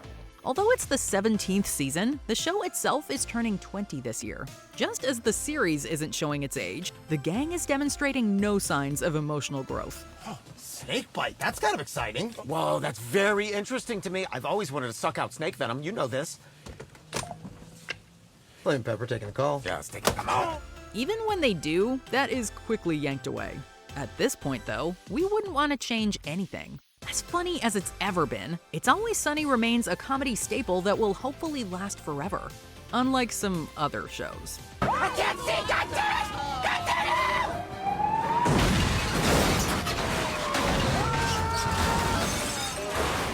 Number 3, The Late Show with Stephen Colbert, The Final Countdown.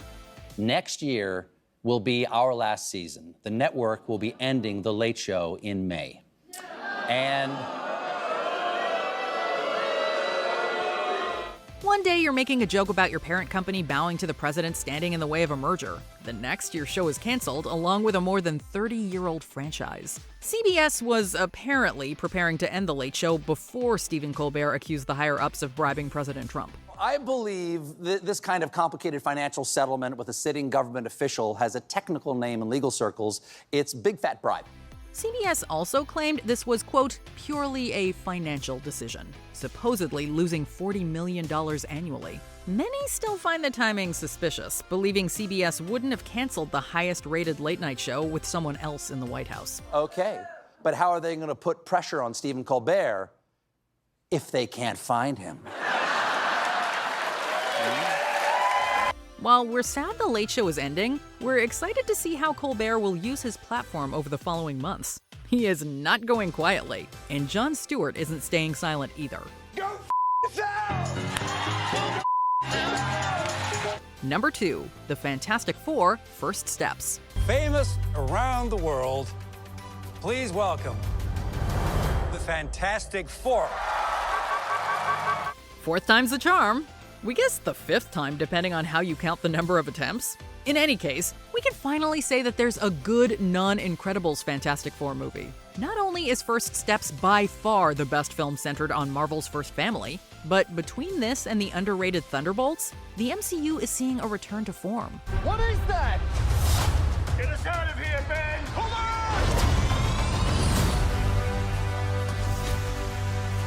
on! Are we safe? I don't know. The MCU learns from its mistakes with First Steps, focusing on telling an engaging standalone story rather than trying to branch several others together. Marvel also avoids the missteps of past Fantastic Four movies, emphasizing the family dynamic, vibrant visuals, and environment that fully embraces its comic book roots. Are you the protectors of this world? Yes, we are. Your planet is now marked for death. After several steps back, this is a huge leap forward. We will protect you.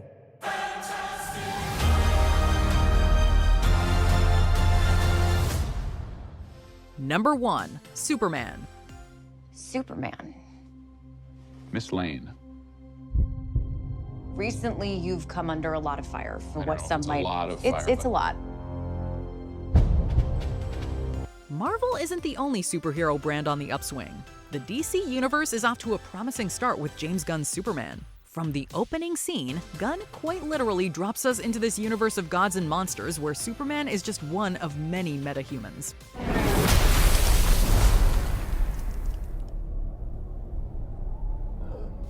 Even as the Justice Gang forms in the background, Superman stands out as a symbol of hope. Of course, that makes him a prime target for the public, media, and billionaires like Lex Luthor. While the story pushes Superman to his physical limits, what distinguishes this film is the internal battles concerning responsibility, legacy, and how much authority one person should have. Superman.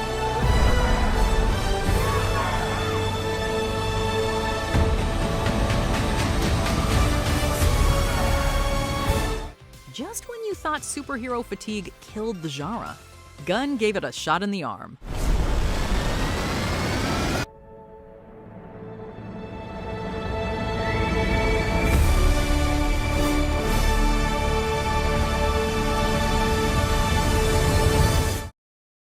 Wow, I'm getting a hug, okay? Welcome to Watch Mojo. And in this installment of Must Watch, we're looking at movies, shows, and more that defined pop culture in August 2025. Matthew, where are you? Number 10, Platonic, Season 2. Gee, Seth Rogen is in every Apple TV Plus show these days. Platonic reunites Rogen with his Neighbors co-star, Rose Byrne. Do you want to talk about it again? I don't. I'm fine. It's nothing, not a thing, so there's nothing to talk about. As the title suggests, though, they don't play romantic partners in this comedy series. That said, these friends without benefits do frequently get caught in the middle of each other's love lives. Gina's never been anything but an absolute sweetheart to you. That's not true. It is she true. said I was nothing. I bet she had her reasons. In Season 2, Rogen's Will finds himself getting cold feet leading up to his nuptials. Burns' Sylvia tries to avert disaster, although the engagement inevitably blows up in everyone's faces, especially the father of the bride. The chemistry between Rogen and Byrne once again carries the show. These two may be a recipe for dysfunction, but it's better to clean up a mess together than stew in the one you created alone. I'm so sorry. I'm so sorry. Don't be sorry. Just please stop talking. Number 9, Wednesday, Season 2, Part 1.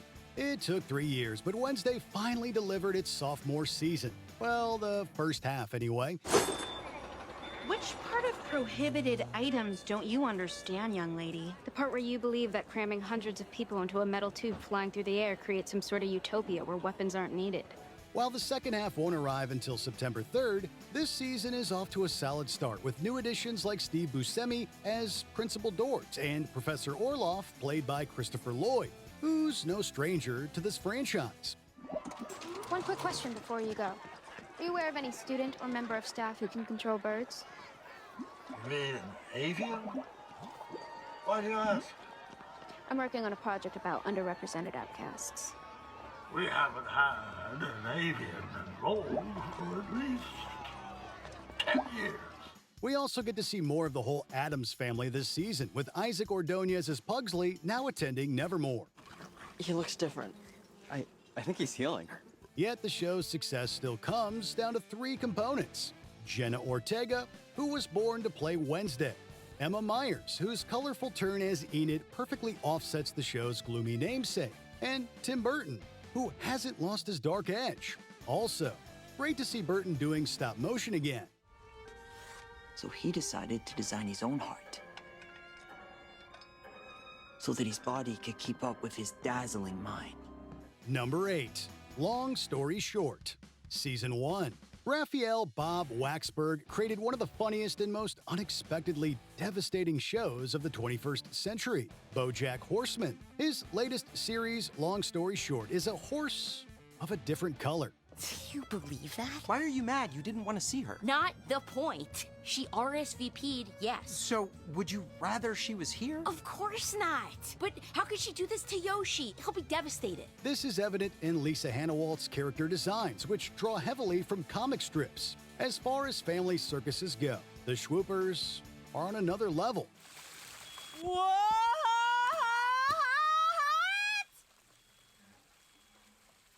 I'm going to bed. My bed. I'm. Non-chronologically, the show follows this Jewish-American clan throughout the decades as they deal with disappointment, death, and the occasional bright spots that make you grateful for your family, as overbearing as they can be. We feel like you have been acting very strange since you moved down here. You didn't call on our anniversary. It's not like you. Is that what this Avi is and about? Shira also didn't call, but that's not so unusual for them. Is that a necessary detail? It's context, Avi. While a change of pace from BoJack, Bob Waxberg brings his signature witty dialogue mixed with sharp visual jokes and depth. Long story short, check it out on Netflix. We need happy reasons to be together. It can't just be funerals and shivers and grave unveilings. Number 7. Nobody 2. Nobody was a pleasant surprise thanks to Bob Odenkirk's hard-hitting performance as an unlikely badass. The sequel offers more of the same brutal action and biting humor, but Nobody 2 simply doesn't repeat itself. And summer break's just a few days away. We should do something. Strictly family time. In fact, Odenkirk's Hutch is tired of his violent routine. Desperate for a vacation. You can't always take the work out of the working man, however. I left my phone. Hutch, no! Trouble has a way of finding Hutch, who tries to balance taking down criminals while creating precious memories with his family. What the hell, Hutch? On our first day? While this is Odenkirk's show, the film includes some strong supporting work from Connie Nielsen as Hutch's incredibly understanding wife, and Sharon Stone in scenery-chewing villain mode. Vacations don't come easily to Hutch, although for the audience, this is 89 minutes of pure escapism. I told you. I'm on vacation! Number 6. K-pop Demon Hunters. Sing-along version. Between Sinners and K-pop Demon Hunters, 2025 has been a good year for original movies that mix music with demonic creatures. Demons have always haunted our world, stealing our souls and channeling strength back to their king. The latter film has reached cultural phenomenon status, dominating the Billboard and Netflix charts since its debut in June. Despite streaming for 2 months, fans still showed up in droves to experience the sing-along version on the silver screen. Not only did it open number 1 at the box office, but K-pop sold out over 1,000 showings.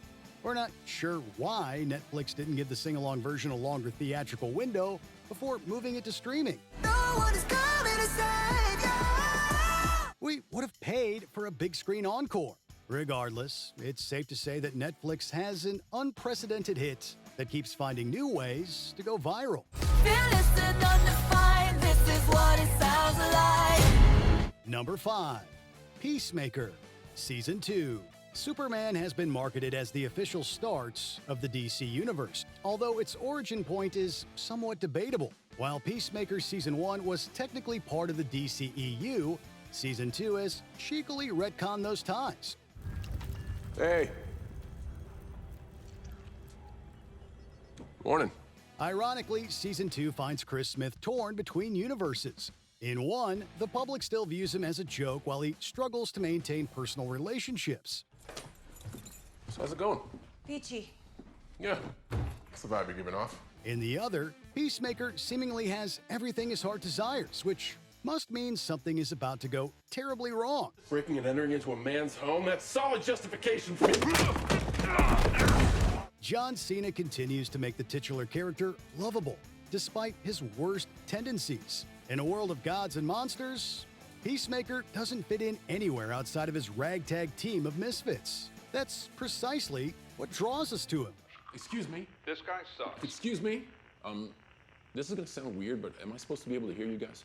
Number 4, The Naked Gun. If you asked us in 1995 where Liam Neeson and Pamela Anderson would be in 30 years, starring in the 4th Naked Gun movie probably wouldn't have been on our bingo sheet. Take a chair. Thank you. The biggest surprise is that The Naked Gun is another laugh-a-minute comedy, living up to the legacies of the Zucker-Abrahams Zucker team and the late Leslie Nielsen. Hi, Daddy. It's me, Frank Jr. Then again, maybe we shouldn't be too shocked given the talent involved. Says you served 20 years for man's laughter. You mean manslaughter? Must have been quite the joke. After all, director Akiva Schaffer already gave us some of the century's funniest satires, with pop star Never Stop, Never Stopping and Chippendale Rescue Rangers. Having Seth MacFarlane as a co-producer doesn't hurt either. The Naked Gun is a throwback to the type of comedy we rarely see anymore, prioritizing jokes above all else. This place is falling apart. Number 3, Alien Earth, Season 1. Alien Earth hasn't made this franchise's continuity any easier to follow, essentially ignoring Prometheus and Alien Covenants. We can't be too upset, though, as Alien Earth is shaping up to be one of this franchise's most intriguing offerings since 1986. Jesus. What? Something's on me. What do you mean something's on you? Just as showrunner Noah Hawley breathed new life into properties like Fargo and X-Men, he's done the same for Alien. It's a research vessel, deep space model. They must have been collecting specimens. I thought specimens meant dead. Taking place before the 1979 film, Alien Earth further blurs the line between man and machine through the creation of Wendy, a hybrid with a human mind and an artificial body. The series introduces a Peter Pan allegory, with immortality being among the core themes. He's not like us slightly. He's not premium. He can break and bleed and burn, and I made him stay. Just because you never grow old doesn't mean that Neverland can't be deadly, especially when a xenomorph shows up. Number 2, King of the Hill, Season 14. King of the Hill isn't the first animated show to make a comeback this year. You want to buy some cookies? Are they gluten-free now? Yeah, and they are also probably $50 a box. And by the way, what is a metaverse? Is that involved here in some way? What stands out about this revival is that the Hills have matured with the times. Hank and Peggy are retired, while Bobby ain't a boy anymore. Hey, Bobby, come give your old man a big handshake. It's good to see you, Dad. Let me know when you need me to take over, since I'm a professional now. A professional comedian if you think I'm going to let you take over for me. It's a new status quo, which is a risky move in an era where diehard fans of anything resist change, no matter how minor. Yet, from the minute we return to Arlen, it's like picking up right where we left off, despite the significant time jump. Remember, Hank, your beer is our generation's last line of defense against these young punks. We're the dinosaurs, and they're the virus the dinosaur government created that made them go extinct. While the season brings back figures like creators Mike Judge and Greg Daniels, Saladin K. Patterson takes over as showrunner. Patterson not only understands what always made these characters great, but what they mean in 2025. My wife, mother, and our propane delivery woman have supported me through just about every crisis I can think of. And if we aren't getting support from those women in our lives, it's because we haven't earned it. That's the lesson this camp should teach. Number 1, weapons. At 2:17 a.m., all but one student from the same third grade class ran away from their homes, disappearing without explanation or a trace. every other class had all their kids. But Mrs. Gandy's room was totally empty. And do you know why? How could anyone resist a hook like that? The answer is they can't, which is why Weapons grossed nearly $200 million during its first month in theaters. Just as he did with Barbarian, director Zach Cregger subverts every expectation in a film that throws numerous curveballs. One of them is Amy Madigan, who gives the most unhinged and unrecognizable performance of her career. She's the secret weapon here, although the film also includes strong work from Julia Garner, Josh Brolin, and Benedict Wong, among others. We have a lot of emotional parents here. I think it's best if you keep some distance from this place. As disturbing as Weapons is, it gives us hope for original storytelling and the theatrical experience. Where did you go? Everyone, 3 boos for Catherine! Boo! Boo! Boo! Welcome to Watch Mojo, and in this installment of Must Watch, we're looking at movies, shows, and more that defined pop culture in September 2025. This is Bob Ferguson. I was a part of the French 75. Number 10, Only Murders in the Building, Season 5. Only Murders in the Building remains one of the coziest comedies on TV, despite the grim subject matter. You go talk to Lester's wife, and you express your condolences. Lillian loves me. It's Lorraine. Lorraine loves me too. This is primarily thanks to the enduring chemistry between Steve Martin, Martin Short, and Selena Gomez as our favorite trio of podcasters/crime solvers. They naturally aren't alone in another star-studded season, with a list of suspects that includes Renee Zellweger, Christoph Waltz, and Logan Lerman, just to name a few. The only crime I'm guilty of is being an embarrassing Nepo baby who's trying to do some good with his ancestors' blood money. Yeah, and how's that going? Once again, this season's central mystery hits close to home. A, because it took place on the building's premises, and B, the victim was trusty doorman Lester. Lester was here the night he died. This was no tragic accident. For all the time we've already spent at the Arconia, there are still more than a few skeletons in its closets, making the titular building an unofficial fourth protagonist. It's leading us right to where your phone is. We have to go. Number 9, Spinal Tap 2, The End Continues. Wait, this cult classic got a legacy sequel? Although it had been in the works for a couple of years now, it felt like Spinal Tap 2 was sprung on us overnight. A lot has happened since the last time I saw you. Crypto! Have you been playing music at all? I play music at a pub.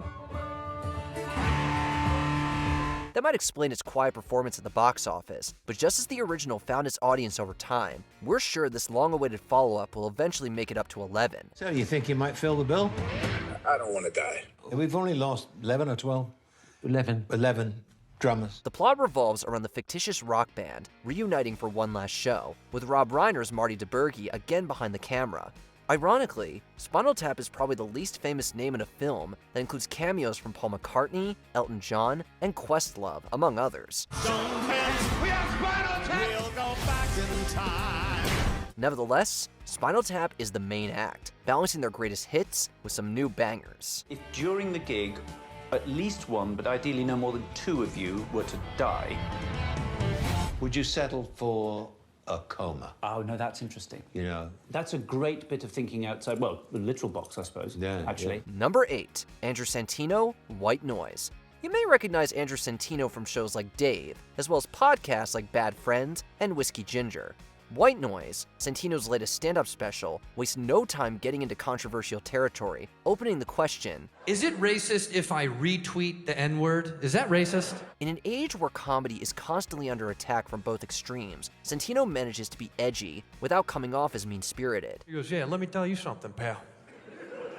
Ain't no drag queen is gonna read a book to my kid.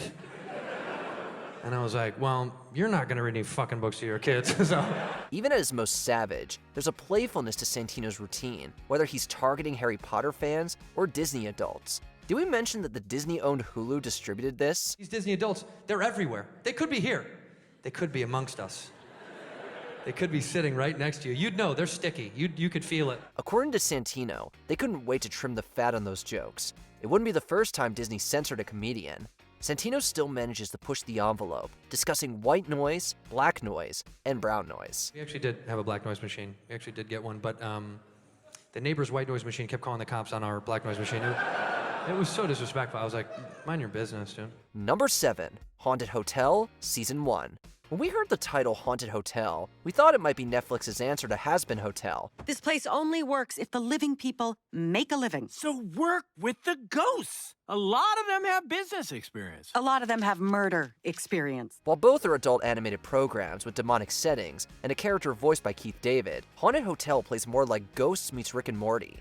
This isn't surprising, as creator Matt Roller was a writer and story editor on the latter show. Inside ghosts and outside ghosts don't really mix. Something about dying outside makes you, funny. Bugs eat your bones. Yeah, maybe it's because bugs eat your bones. Now let's go. The series mixes situational comedy with straight-up horror as a single mother named Catherine and her children attempt to breathe new life into a hotel draped in death. Other residents include Catherine's deceased brother, Nathan, voiced by Will Forte, and Jimmy Simpson as a demon confined to the body of an 18th century boy. Give me back my trilby! It's funny, inventive, and in dire need of a second season. Okay, here's a money-making plan. We charge people $50 to trash a room like a rock star. Who doesn't want to feel like a rock star? I love it! You really think we could get $50? Number 6, The Conjuring: Last Rites. After 12 years, the Conjuring universe has reached its end. At least that's how Warner Brothers built up Last Rites. 8 people live in this house. 8 people have experienced this. 8 people are not crazy. Considering that the latest film centered on Ed and Lorraine Warren has become the franchise's highest grossing to date, we have a hard time believing that this is truly the end. This thing in your house is a demon. That said, the film does feel like a final bow for stars Vera Farmiga and Patrick Wilson, who seem ready to pass the torch. Mia Tomlinson is in a prime position to carry it as Ed and Lorraine's daughter, Judy.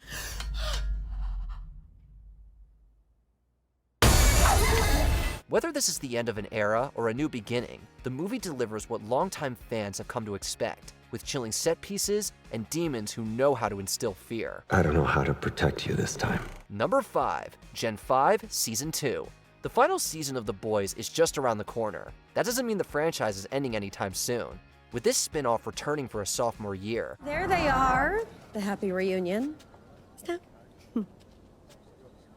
We're back at school? Jazz Sinclair continues to shine as Marie Morrow, who's back at Goldekin University alongside her fellow superpowered students. Sadly, Andre Anderson isn't among them, although the season respectfully addresses the passing of actor Chance Perdomo. I don't even know why he was trying to escape, given his condition. What condition? It's one of the many changes the characters must navigate through as a new world order looms in the background. What else can we do? We're... Hit him where it hurts. They can clean up paint. What we should be doing is saboteurs. For all the shocking scenarios and college comedy hijinks, Gen 5 does contain a timely message for today's youth. It'll be up to you to undo the mistakes of the previous generation, assuming there's still a world left to save. Cypher? Like a neat puppet. With no strings. Number 4, Demon Slayer Kimetsu no Yaiba, the movie, Infinity Castle. Not long ago, an R-rated anime feature opening to $70 million in the US sounded unfeasible. This theatrical entry in the Demon Slayer franchise proves that Eastern animation is no longer niche in Western culture. It's mainstream. If you're new to Demon Slayer, Infinity Castle might not be the place to start. While the film marks the beginning of a new trilogy, it plops us right in the middle of several stories you'll appreciate more if you're up to date. Of course, the fact that so many saw this on the silver screen is a testament to how popular Demon Slayer already is. Fans will want to experience this on the big screen to fully take in the titular Infinity Castle, a spectacle to behold.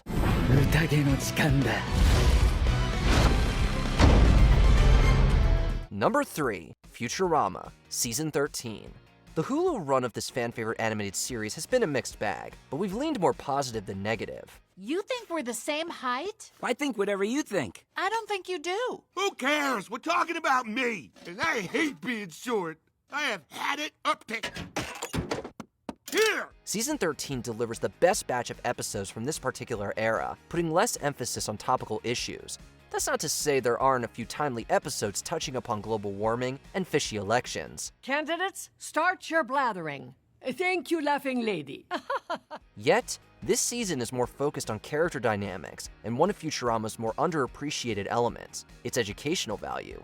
With the Planet Express gang venturing to a society of sentient numbers and through a white hull, we're reminded why the show still has some of the smartest writers in television. Welcome into existence, Scruffy number 1. You are a temporary duplicate of the original Scruffy, created for a single critical mission. That's so. You have all of Scruffy's skills, all his passions and desires. Tell me something I don't feel burning in my loins. Catching up with this crew always brings a sense of nostalgia, despite the futuristic setting. Every number is equally interesting. Or equally uninteresting.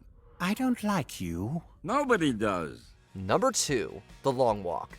Between The Life of Chuck and The Long Walk, 2025 has given us 2 underrated Stephen King adaptations with some great work from Mark Hamill. We did the very first Long Walk years ago to inspire everyday people. In this film, Hamill turns in a menacing performance as the Major, who marches a group of teenagers to their doom.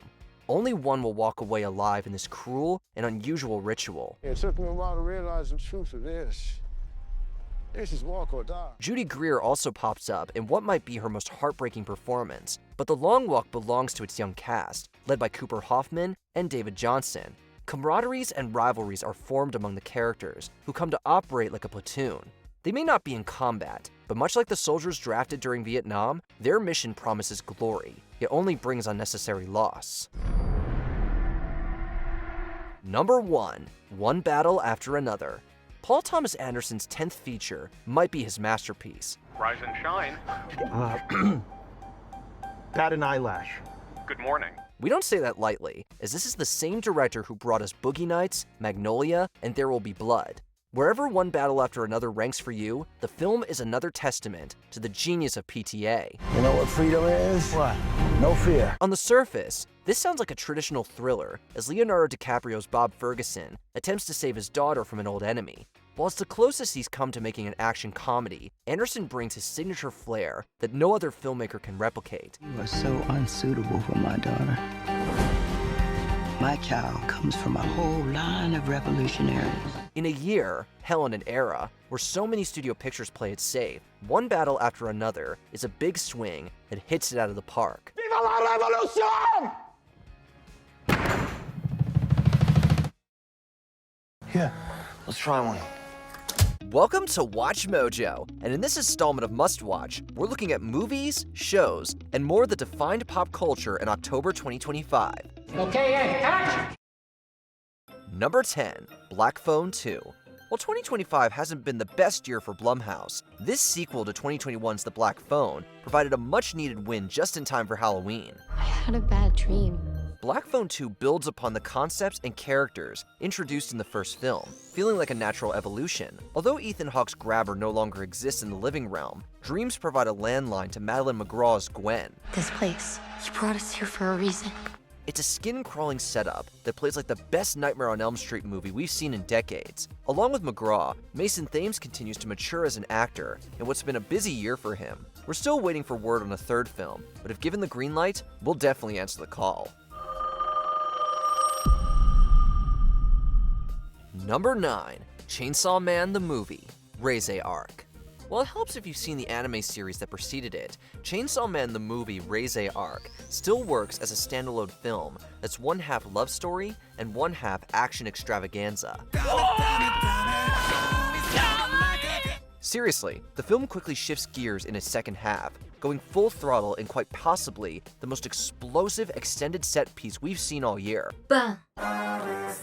Watching the awe-inspiring animation unfold, you can see why this story was reserved for the big screen. Speaking of which, hopefully, more American studios are realizing that anime equals big bucks in this day and age. Between Demon Slayer and now Chainsaw Man, anime has never been more prominent at the North American box office. Our only complaint, Power needs more screen time in the next Chainsaw Man film. Number 8, John Candy, I Like Me. Whether you saw this documentary at the Toronto International Film Festival in September, or caught it on Amazon Prime Video this month, we guarantee that there wasn't a dry eye in the house. Hi, Daddy. Hi, Jennifer. How you doing? Hi. Can you see me in here? Yeah. Okay. While John Candy, I Like Me is a loving portrait of a talent we lost far too soon, it also reminds us how funny and genuinely kind-hearted Candy was. He touched so many aspects of the world, I think that it's left a lasting impression. As such, Colin Hanks' film brings the laughs, along with the tears, as Candy's closest friends, collaborators, and family members express why they liked the guy so much. This is a lovable guy. This is a guy who, the minute you see his face, you're gonna smile. For those who grew up on Planes, Trains, and Automobiles, Uncle Buck, and Home Alone, among others, it's an essential watch. To the filmmakers, we give a hats off. There are horses out there in the world, but it's rare when you actually run into like a unicorn. And I think that's really what it is, that he was just a unique creature that cut a certain kind of silhouette into your soul. Number 7, Smiling Friends Season 3. With its 3rd season, we think Smiling Friends has officially joined the ranks of Aqua Teen Hunger Force, Robot Chicken, and Rick and Morty as one of Adult Swim's funnest and most twisted shows ever. All right, this is it. 1, 2, 3, wacky way. Pip, there's no way this is right. I guess it's kind of wacky. Hey!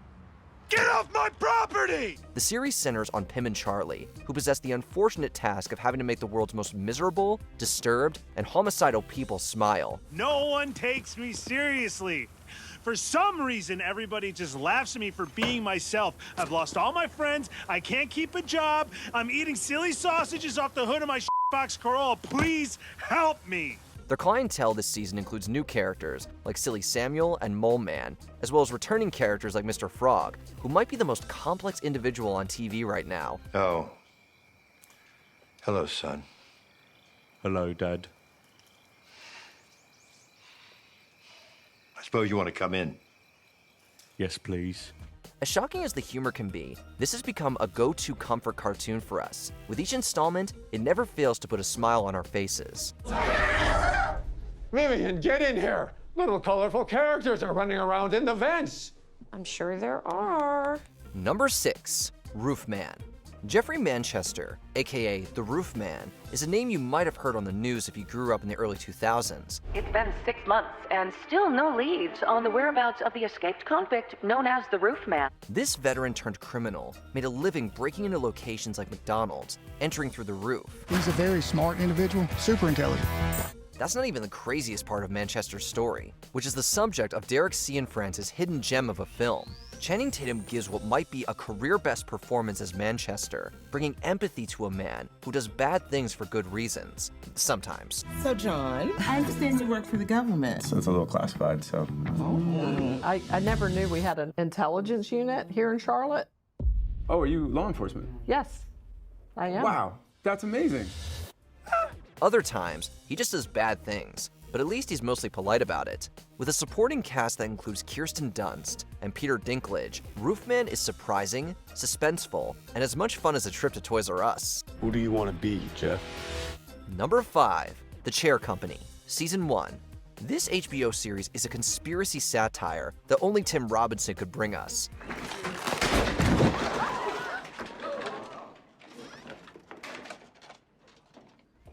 Robinson plays a normal guy, which is already a stretch, but it only gets more surreal from there. When Robinson's character endures an accident involving a chair at work, it seems like an embarrassing, albeit innocent and random mishap. Or was it? Stop looking into the chair company.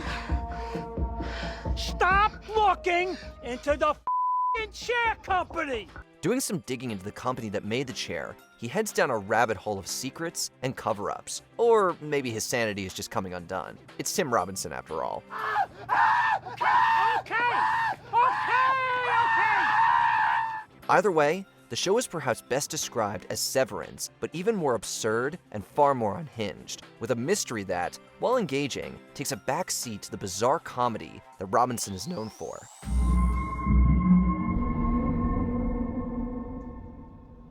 Jason. Number 4, Adventure Time Fiona and Cake, Season 2. The idea of Fiona and Cake might have started with gender-bent versions of the characters we know and love. Through this spin-off series, though, Fiona, Cake, and the rest have come into their own. Candy! For me? Thank you. Shh! Go find the cocoa. The same can be said about the show itself, which, while cut from the same cloth as Adventure Time, has ventured to bold new places. Season 2 has also found room for familiar faces like Huntress Wizard and Finn the Human, who are given larger roles. Who are you? The story still belongs to Fiona Campbell. Saving her world is one thing, finding her place in it is another. Hey, don't be sad. I don't know how yet, but I'm gonna fix this. Fiona embarks on another journey of self-discovery while unraveling larger questions that stretch beyond her universe. The biggest question of all, will they greenlight Season 3? Chill, Fiona.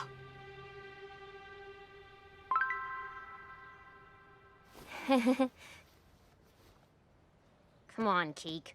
We got a mission. Number 3, The Perfect Neighbor. Premiering at Sundance last January, this feature-length documentary arrived on Netflix in October, quickly becoming one of the streamer's buzziest titles. Describe to me what she was saying. The F word? The B word? Watching Geeta Gandhabir's film, we're not sure what's more shocking, that the filmmakers were able to craft a narrative primarily through police body cam footage, or the horrible crime that Susan Lorenz committed. And you didn't try to call 911 back at that point? My phone wasn't there. I didn't know where I put my phone. You don't remember where you put your phone? While Lorenz was a nuisance to her neighbors and the cops she constantly called, few realized how dangerous she was until it was too late for Ajika Owens. The Perfect Neighbor isn't just a fascinating and infuriating true crime documentary, but a timely commentary on the stand your ground law that people like Lorenz have used to shield themselves from justice. Okay, so you're gonna go with this deputy. No, I'm not. You're gonna be booked 10. No, I'm not. Whether or not justice is served in the end, something still feels broken.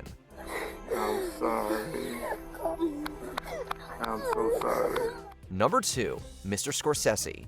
Encapsulating the life and career of Martin Scorsese is no easy task. This 5-part docuseries is a good start for anyone who wants to learn more about the director behind Taxi Driver, Raging Bull, and Goodfellas, to name a few. There's only one Marty Scorsese, and he is a cornerstone of this entire art form. Director Rebecca Miller not only provides an in-depth exploration of his filmography, but also the real-world experiences that shaped Scorsese. That was when Mulberry Street was still the place where they dumped the bodies. They called it Murder Mile. Yeah. Used to be called. From his upbringing when he considered becoming a priest, to his history as substance use, to his modern status as arguably our greatest living director, Scorsese recounts a life that can only be described as cinematic. I went to a restaurant one night, sat at the table, and I heard the maitre d' lean over to one of the waiters as he went by. He says, "I see we have the Antichrist with us tonight." Robert De Niro, Leonardo DiCaprio, Steven Spielberg, and numerous others also provide insight into the man, the myth, the legend that is Mr. Scorsese. You know, you can't give all of yourself to every film this sort of in the same way, or you would probably... Well, that's what my doctor told me. Die. Number 1, Tron Ares. Between Morbius, Haunted Mansion, and now Tron Ares, it makes perfect sense why Hollywood keeps casting Jared Leto in multi-million-dollar projects. Okay, just kidding. On to our real pick. I'm looking for something.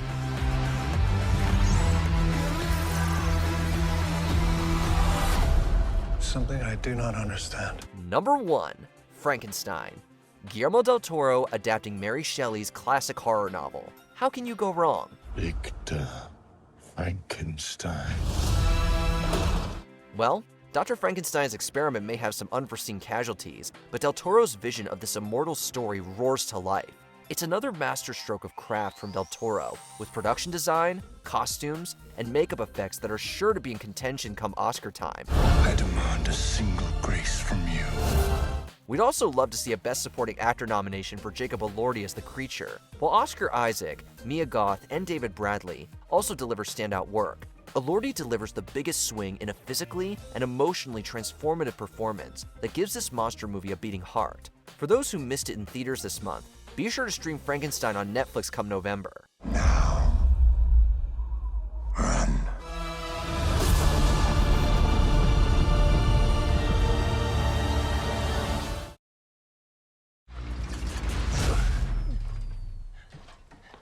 Whoa. Dude, what are you doing? I got this, dude. Don't sweat it. Welcome to Watch Mojo, and in this installment of Must Watch, we're looking at movies, shows, and more that defined pop culture in November 2025. Woo! Hops and Wiles. Dream team. Number 10, Now You See Me, Now You Don't. The Danny Ocean movies are fun and all, but you know what they needed more of? Magic. Who wants to see a magic trick? No, we're not talking about the on-screen magic of Clooney and Pitt, although that's always welcome. We mean illusions, which pair splendidly with the heist genre. After almost a decade out of the spotlight, the Four Horsemen's disappearing act is over. I'm talking about a trick that is bigger and better than anything you have ever seen. Now You See Me, Now You Don't brings back fan favorites like Isla Fisher's Henley, while also introducing new additions who feel right at home, such as Rosamund Pike. Still safe with me. Like any magic show, there are bound to be cynics who scoff at how preposterous this all is. If you're simply looking for a good time, though, this sequel more than does the trick. Open sesame.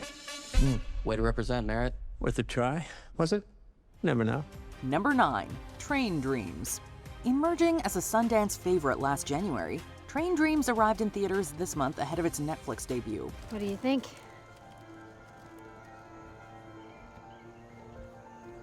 Pretty funny looking bassinet. With an understated yet deeply emotional lead performance from Joel Edgerton at its core, Clint Bentley's adaptation of Dennis Johnson's novella follows Robert Grenier.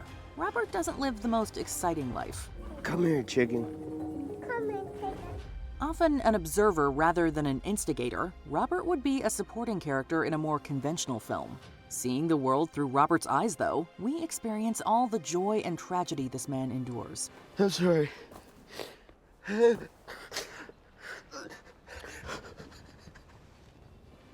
He may not leave a lasting footprint on history, but that doesn't mean Robert's life was insignificant. It mattered, just as any life does. A profound notion conveyed in a man and a film of few words. I'm just trying to find a way is all.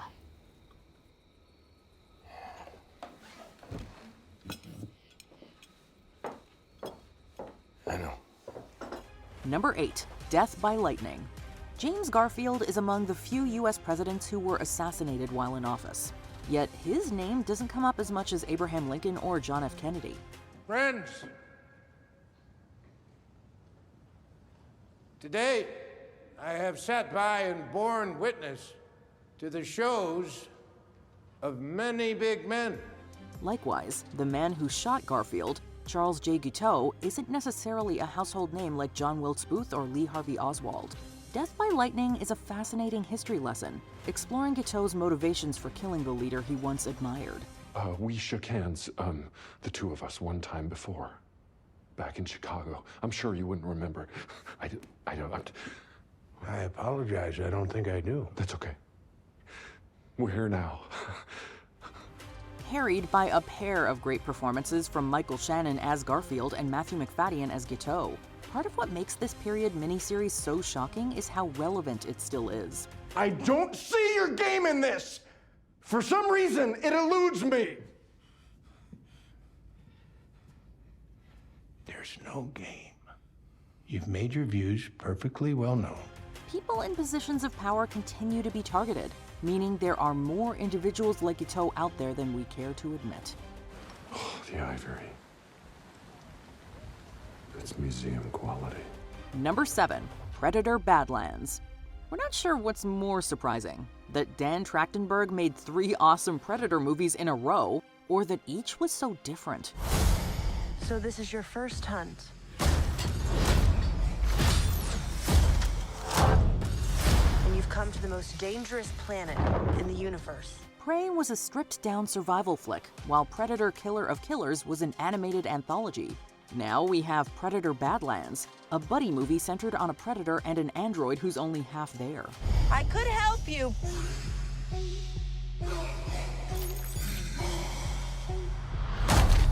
Well, good luck with your journey.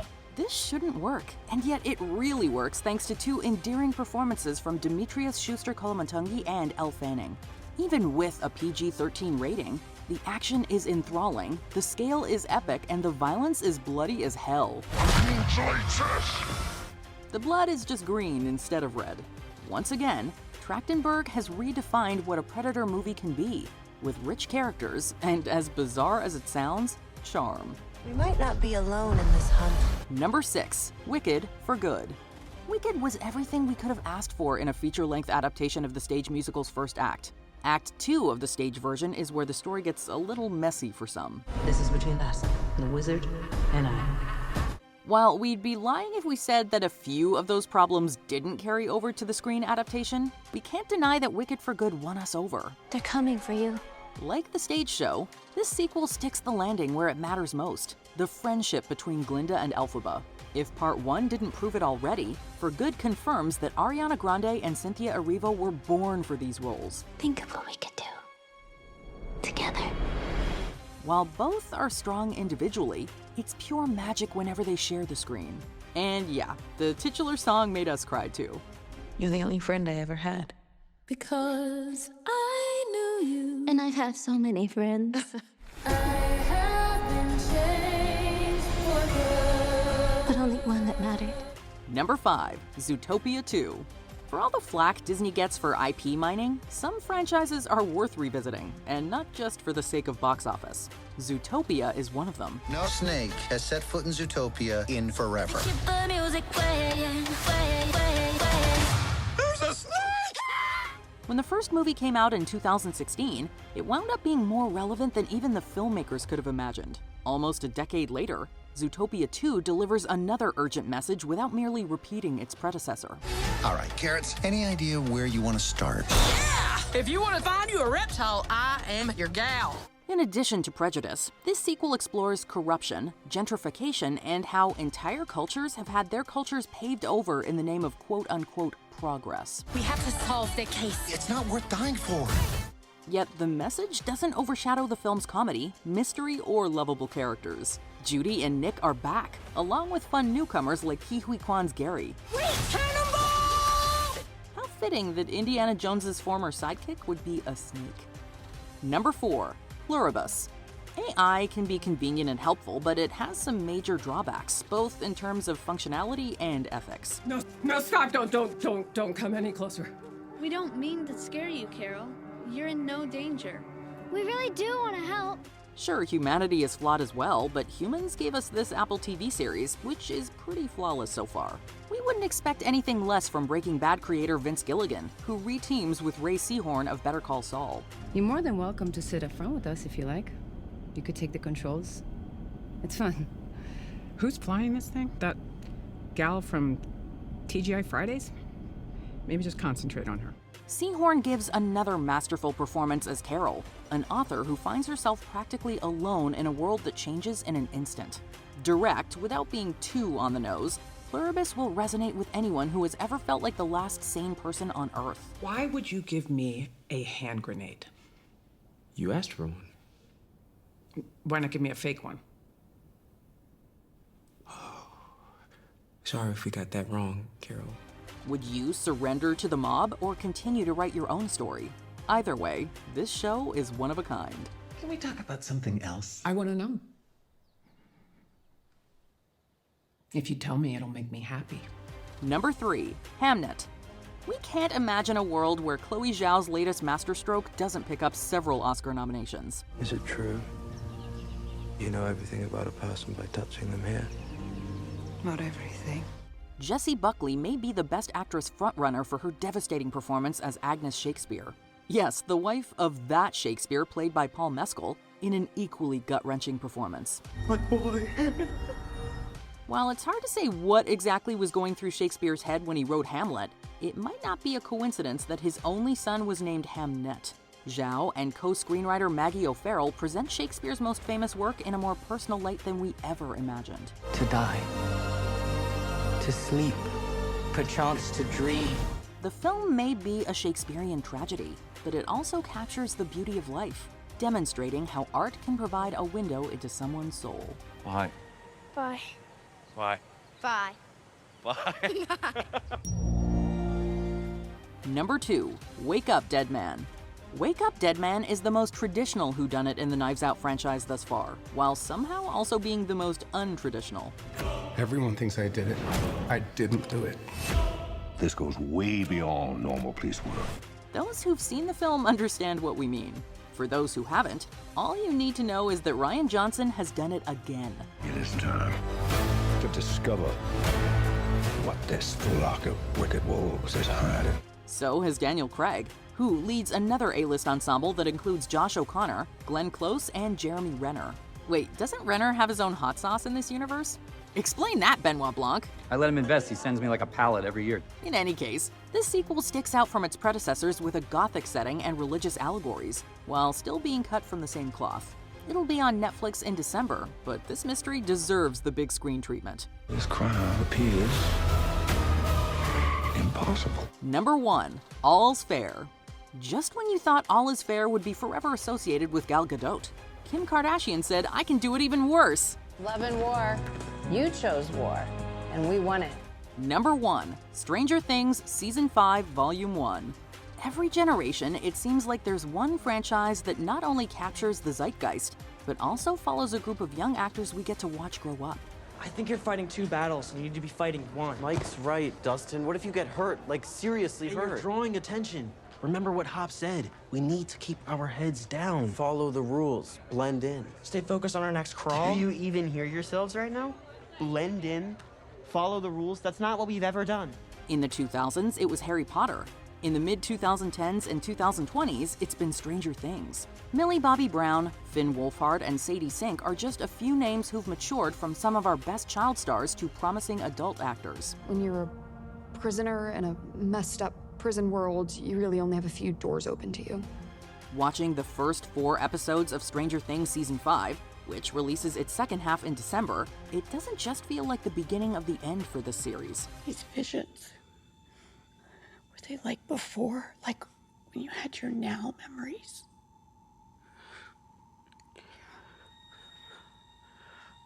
Only more intense. It's like I was there. I was right there. It's the end of an era for anyone who has watched this cultural phenomenon from the get-go, making 2016 feel even further away than 1987. It flipped! It flipped! Signal acquired. Headed our way. This is not over. Welcome to WatchMojo, and in this installment of Must Watch, we're looking at movies, shows, and more that defined pop culture in December 2025. How do you live? Well, I live with the confidence if I believe in myself, the money will follow. Number 10, Percy Jackson and the Olympians Season 2. After Fox dropped the ball with the 2 movies, we figured that Percy Jackson was one of those beloved book series that would never receive a worthy screen adaptation. Wait, what were you saying about Grover? You know where he is? The Grey Sisters see all. They only have one eye. With the rise of streaming, though, we thought maybe Rick Riordan's books would finally be done justice. Should we do a Gloria Prasad? I want to make Dad proud, but I don't want to hurt anyone. The first season was arguably one of the best projects to come out of the Disney-Fox acquisition, capturing the spirit of its source material with a strong cast of newcomers and established names like the late Lance Reddick. The war proceeds. It ends with victory. You escape with your life. That is your prize. What did you think, that you and I would negotiate? I thought you might listen. Courtney B. Vance takes over the role of Zeus in Season 2, which covers the Sea of Monsters. With a 3rd season drawing from the Titan's Curse already in development, it seems like smooth sailing for this Disney Plus series.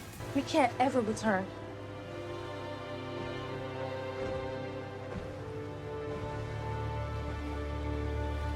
Now we're going on a quest.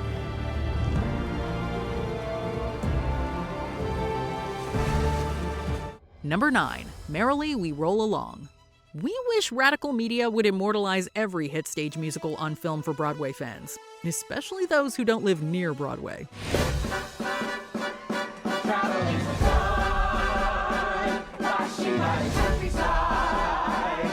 Just as they did with the filmed version of Hamilton, Radical Media brings a cinematic eye to this recording of the Sondheim musical Merrily We Roll Along, which revived on Broadway in 2023. I've never seen so many famous people.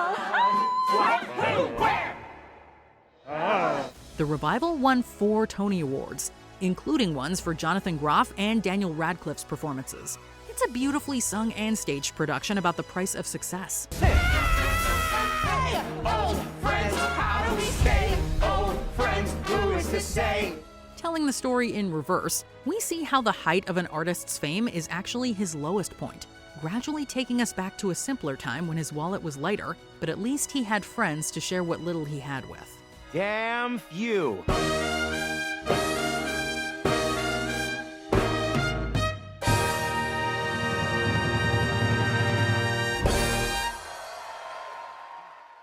Number 8, Wake Up. You might recognize comedian Robbie Hoffman from her supporting roles on Hacks and Dying for Sex. Those plugged into the stand-up scene will also know that she is a rising star. Everyone's a little gay, huh? Some obviously more than others, it happens. Fellas. Cuties. Brought up in a Hasidic Jewish household, Hoffman went on to become a comedy writer before landing her first special, I'm Nervous. Several years later, Hoffman followed that up with her second special, Wake Up. I'm starting to be friends with richer people now. I went to somebody's house, they have a pool, right? And they gave me a towel. First of all, I brought my own towel. I was like, embarrassed. I was like, okay, they got the towels. It's poor to bring your own towel. The special not only found a major distributor in Netflix, but fellow comedian John Mulaney directed it. In what's been a breakthrough year for Hoffman, Wake Up served as her mic drop. Which, for those who are unfamiliar, crypto is the male equivalent of astrology. It's a lot to do with minerals and the earth and numerology. Hoffman is just keeping warmed up, though, with several more projects on the horizon, including 2 HBO shows, one starring Steve Carell and another she's developing. I am Robbie Hoffman. Number 7, The Elephant. Prepare yourselves for a mind-blowing special. This experimental Adult Swim special combines the talents of Adventure Time creator Pendleton Ward, Steven Universe creator Rebecca Sugar, Over the Garden Wall creator Patrick McHale, and OKKO Let's Be Heroes creator Ian Jones-Cordy. Adult Swim is proud to present The Elephant. Who are you? All 4 have worked together in the past, although The Elephant is an entirely different beast. This is a 3-part story, each developed by a different crew. The twist is that none of the crews checked in on what the others were making. The deeper you go, the sooner the end. Now you draw the next panel. The result is a single story that plays with a variety of styles, tones, and ideas. While each brings something unique, they all complement one another. Even if they weren't on the same page, these artists all feel like they were cut from the same cloth. Number 6, The Testament of Ann Lee. Receiving a limited release on Christmas Day before expanding to more theaters in the new year, The Testament of Ann Lee is a musical not quite like any other.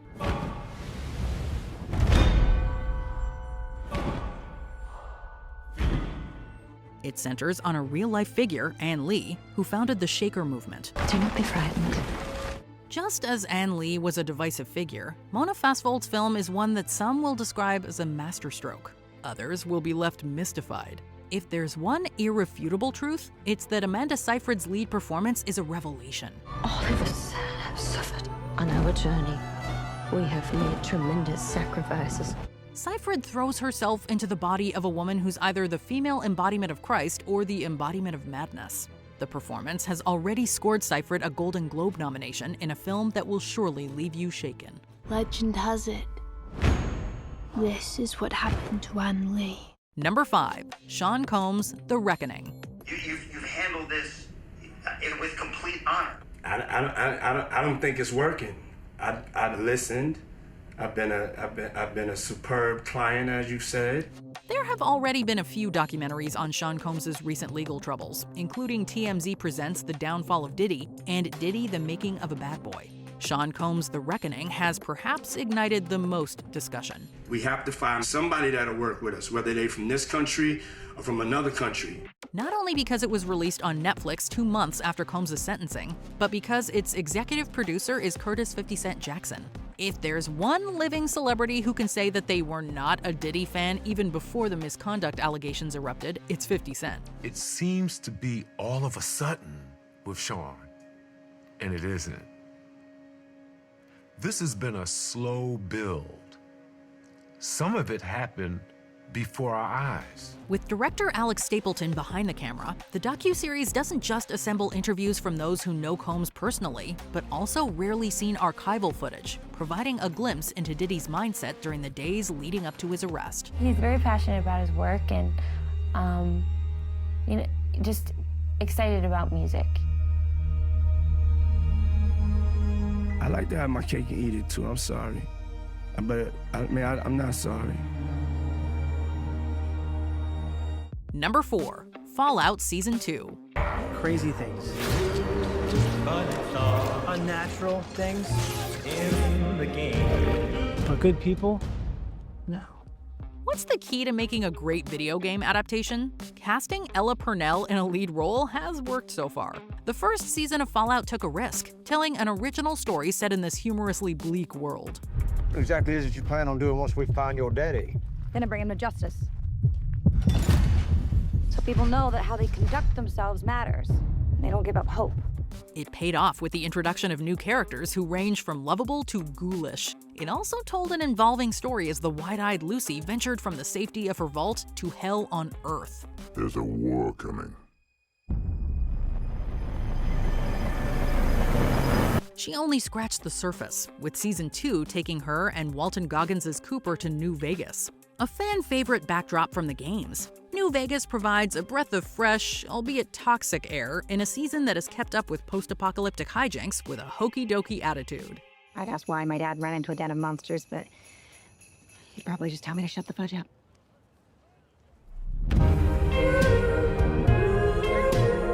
Number 3, Marty Supreme. Let me ask you something. Do you make money at this little table tennis thing? Not yet.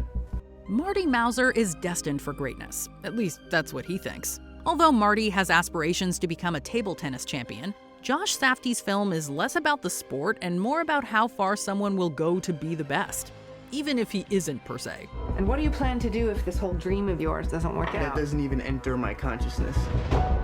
Maybe it should. Whether or not Marty is as good as he says he is, nobody talks a bigger game.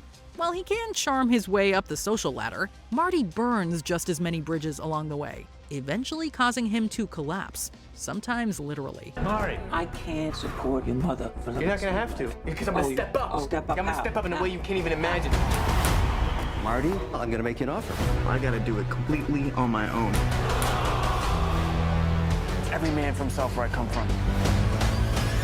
That's just how I grew up. Timothée Chalamet delivers what might be a career best performance, creating a character who's bound to become iconic. Marty Supreme is as exhausting as an intense ping pong match, but the outcome is beyond rewarding. When they do, I'll be right behind you. Everybody wants to. And it's only a matter of time before I'm staring at you from the cover of a Wheaties box. You think it's that simple? Yeah, I do.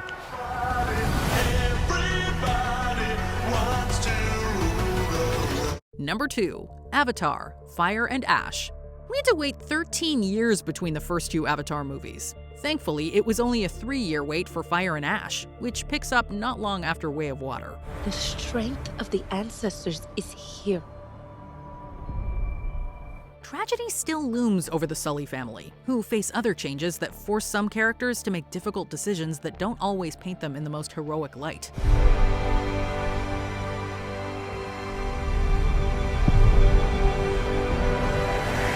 You cannot live like this, baby. In hate. This adds shades of gray, or we guess blue, to what's admittedly a familiar story even by Avatar standards. Once again, though, James Cameron proves that nobody does big screen spectacle like him. The children! No, Spider! He immerses us back into Pandora using effects that only grow more impressive with each entry, making for a cinematic event that reminds us why we go to the movie theaters.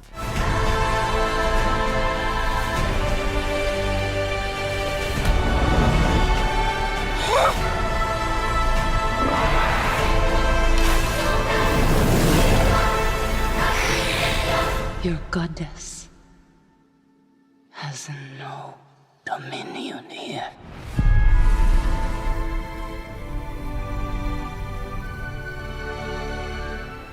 Number 1. Stranger Things Season 5 Part 2. Netflix ended 2025 with the end of an era, as the kids, well, young adults of Hawkins, entered a final battle against Vecna.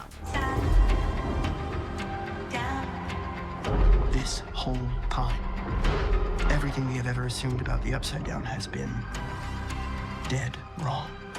11 didn't have to do all the heavy lifting this time, as Will leveled up heading into these final 4 episodes. The series finale, which dropped on New Year's Eve, was such a cultural event that it received a limited theatrical release, an uncharacteristic move for Netflix. Of course, Netflix only released it in theaters for a couple of days, which is pretty on brand.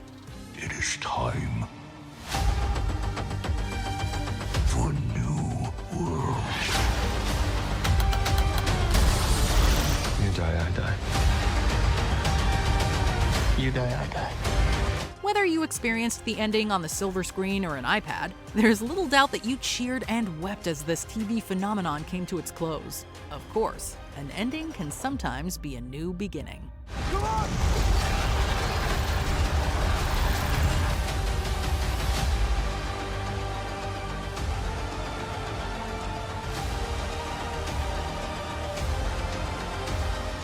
What did you watch this past month or the past year? What do you still need to catch up with? And that's a wrap on our tour of all the can't miss movies and shows that defined 2025. Thank you so much for watching. I've been Matt for Watch Mojo, and I'll see you next time.